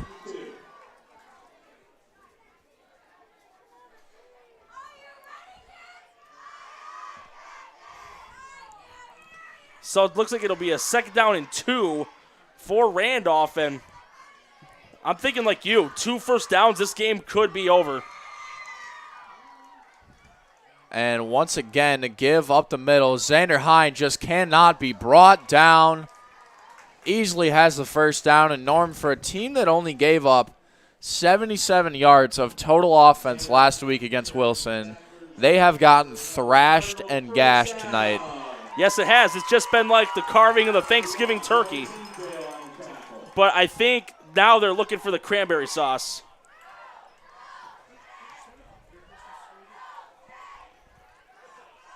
So Randolph, as they should be doing, they're taking their time, and the way they're milking the clock, I'm sure a farmer would be very proud. So we'll see when they finally call it with Xander Hind. Don't want to leave him in there too long, risk an injury. I say give it to the fullback. And they're going to go back to Hind, who this time, based on how tonight's gone, is a positive for the Wolfpack defense, as he only picks up about 4 or 5. We have an official timeout. I'm wondering if it's for a ball spot. Or excuse me, it looks like Coach Ty Harper. Yes, he did. He wants a timeout. He wants to talk things over with his defense. So we got a little more than 3 minutes left in regulation. Score 28-18 in favor of Randolph. Stick around to see them possibly put this game on ice on WNY Athletics. Western New York Immediate Care's new locations are now open. Whether you've suffered a minor injury or just aren't feeling well, Western New York Immediate Care provides safe, quick, high-quality care at an affordable cost. Our clinicians are trained to diagnose and treat non-life-threatening injuries and illnesses and are equipped with on-site x-ray and labs to help you feel better, faster. With 4 convenient locations open 7 days a week, Western New York Immediate Care is here to help when and where you need us. Visit us online to learn more. Logistics Plus is a global transportation provider headquartered in Erie, PA with locations worldwide, including right here in Western New York. Logistics Plus is consistently recognized as a fast-growing transportation and logistics company, great supply chain partner, top freight broker, leading project cargo manager, and a great place to work. With a strong passion for excellence, our 500-plus employees put the plus in logistics. Call our Buffalo office today for an efficient, personal approach for all of your Welcome back, everyone. 28-18 is the score, 2nd and 5. We have a final around the league. Bennett, 36, handling Clarence well, who only put up 7. And Bennett was angry. They came so close. I was actually at the game last week on broadcast with Tom Prince when they played the McDowell Trojans. Bennett pushed them to the limit. They forced the game into overtime, but they came up short 34-28. Even so, Bennett, they had a phenomenal game. They had some nice throws by their quarterback, Lewis. He was actually one of the finalists this week for the Connolly Cup for the Tigers. So a lot of lopsided games around the league here. This one proved out to be the barn burner we thought it was going to be. We expected it to be a little closer, but I think the difference maker in this game is the points that CSP left on the table and just the toughness and the powerhouse that is Xander Hine. I mean, he is a mystery in terms of finding a way to tackle him. What I'm seeing on Randolph's scoreboard, Colin, this is like an order at Tim Hortons or Starbucks. How about a quadruple triple, 3rd down and 3 at the 33-yard line? It really is a numbers game. It always is. It is good luck, though, when you see that many numbers in one setting at the same time. But it looks like Randolph's in the eye, and I'm thinking it's going to be another give to Hind. Right about that, Norm. And he's going to have the 1st and more. Still trucking. Cuts back. He's hungry, baby.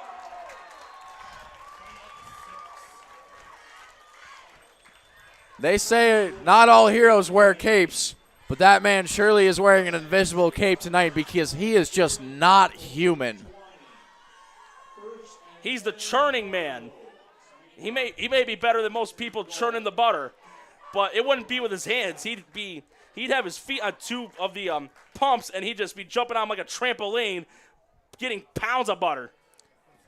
And the Cardinals looking to make a statement here, not in any setting to just kneel this one down. They're looking for another score here. Get those stats nice and high.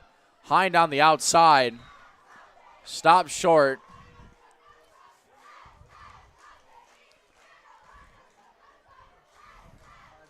And the clock rolls on.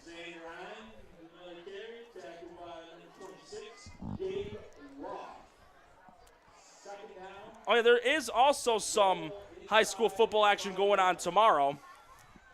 I know I'm going to be on call tomorrow afternoon at 2 o'clock. The Cleveland Hill Eagles are going to be taking on the Salamaca Warriors. Coincidentally, Salamaca, they're looking to shake off last week's loss against Randolph 39-20, and Cleveland Hill, they're coming off of a loss against Maryvale 28-8. The Warriors face the same problem that CSP did tonight. Hind got another touchdown. That's 2 in the quarter. And that's 2 touchdowns for Xander Hines. And Norm, I got to say, this kid is certainly going to be making his name known in terms of Conley Cup, winning that best player title in Western New York football. It's highly possible he'll be one of the finalists this week. He'll be one of the ones, and I also believe that Holcomb for Portville will too, because, again, last night he had 6 rushing touchdowns in the first half. It was 55-0 at halftime, and it was all backups the rest of the way for the Panthers. But here's the extra point. Almost got blocked, and it goes right down the pipe. That's good. So 35-18, less than 2 minutes left. Norm, if you're the CSP defensive coordinator, what do you do specifically to try and bottle this kid up? They had some success with 8 men in the box, but the main problem I've seen, though, is they've been tackling them way too high. Even when they do 4 or 5 men gang tackling, and they're high up between the middle of the chest and the shoulder pads, Hines just going, get out of my way. You want a piece of me? Here, get out of my way. Or stiff arms or juke outs. He's done a little bit of everything with that, and he's responded. 2 touchdowns, 1 rushing, 1 receiving, and he's possibly for Connolly Cup this week. Orchard Park 47, Jamestown 35. So Orchard Park, though, now just got an update. They got a 2-possession lead now over Jamestown, 47-35. And Jamestown could find themselves falling to 0-2. They are in danger for it. After last year making the Class A semifinal, the state semifinal, and falling short in that. So they're going to need to turn things around here as the season progresses. All I know is, though, if I'm Coach Harper, I just go to my offense and say, let's get a good drive going and keep building the confidence. They got a touchdown on their last one, so they were able to get something out of it. Now, try to get one more. You do have, I beg your pardon, I didn't notice it. There's no timeouts left for CSP, but those first downs can stop the clock, get a touchdown, put 20 points on the board, and say, hey, we got some good pointage. As Nelson sends a squibber down the middle, fielded by Hayes inside the 20.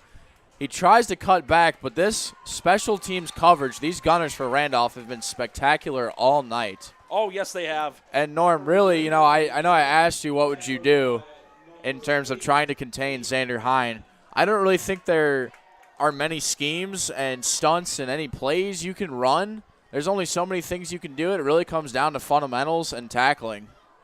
Yeah, it does, and I did mention that. The tackles are too high. They weren't doing it well on Hind, and he had himself another monster game. Back-to-back 100-plus yarders to start the season for him.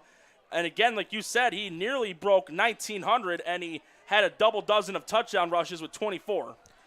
Catney's back to throw. He's got a man, and it's going to be caught by Barmore for a first down, so something positive to start this drive. And really, I still remain confused as to why credit Randolph's rushing defense is spectacular. They only gave up a little over 60 yards last week on the ground, but the Wolfpack never even really tried to establish the game on the ground. It's all been cat and ease throwing or running. As he throws the screen to Hinsdale, dangerous pass, and that is going to be incomplete. And he took a lick, but he's able to get up. And speaking of that Orchard Park Jamestown game, their quarterback, Ben Casella, the last time he played Jamestown a couple years back, he had more than 300 yards passing against them, and they're on pace for a 2-0 start. They did defeat Clarence last week, 36-13. That certainly is how you tear up a defense. So Cannony's in the shotgun. Less than 90 seconds left in regulation, and he'll look to throw here. He's got protection. He's got more pressure and nearly going to be swallowed up. It's going to be caught by Roth, who slides down. Looks like he's going to have the first. They mark him where the knee went down, so that is a first down. Minute and some change left in this game, and you're right, Norm, if you're the Wolfpack, you want to just get a good drive here, make the score more respectable. And this week is going to be a long work week, going back to the fundamentals. Yeah, and in all honesty, in my opinion, Catanese did not look bad throwing the ball tonight. And I think it was just a case of pressure and some semi-bad throws. This will be a screen in the flats to Roth, but he's going to get brought down right at the line of scrimmage. And the tackle by Randolph, that was Peyton number 44, Slade. Peyton Slade. And the clock's still going to roll. They got no timeouts left. So Randolph is going to move to 2-0, and this will be 1-0 in league play. CSP going to drop to 1-1, losing their first league game. So unable to avenge the loss from last year. That was a loss of 2. My bad. My apologies. Catney's back to throw. He's got Hinsdale over the middle. It's caught. And that clock continues to roll, so we'll only have time for about one more play left. And well, he did get the first down, so that does stop the clock until the ball's spotted. Norm, I can imagine this is not the only, like we said earlier, I'm sure these teams will see each other in the playoffs at some point. And honestly, if it happens, I'm looking forward for it. Should be a battle. And looks like Catanese will spike the ball.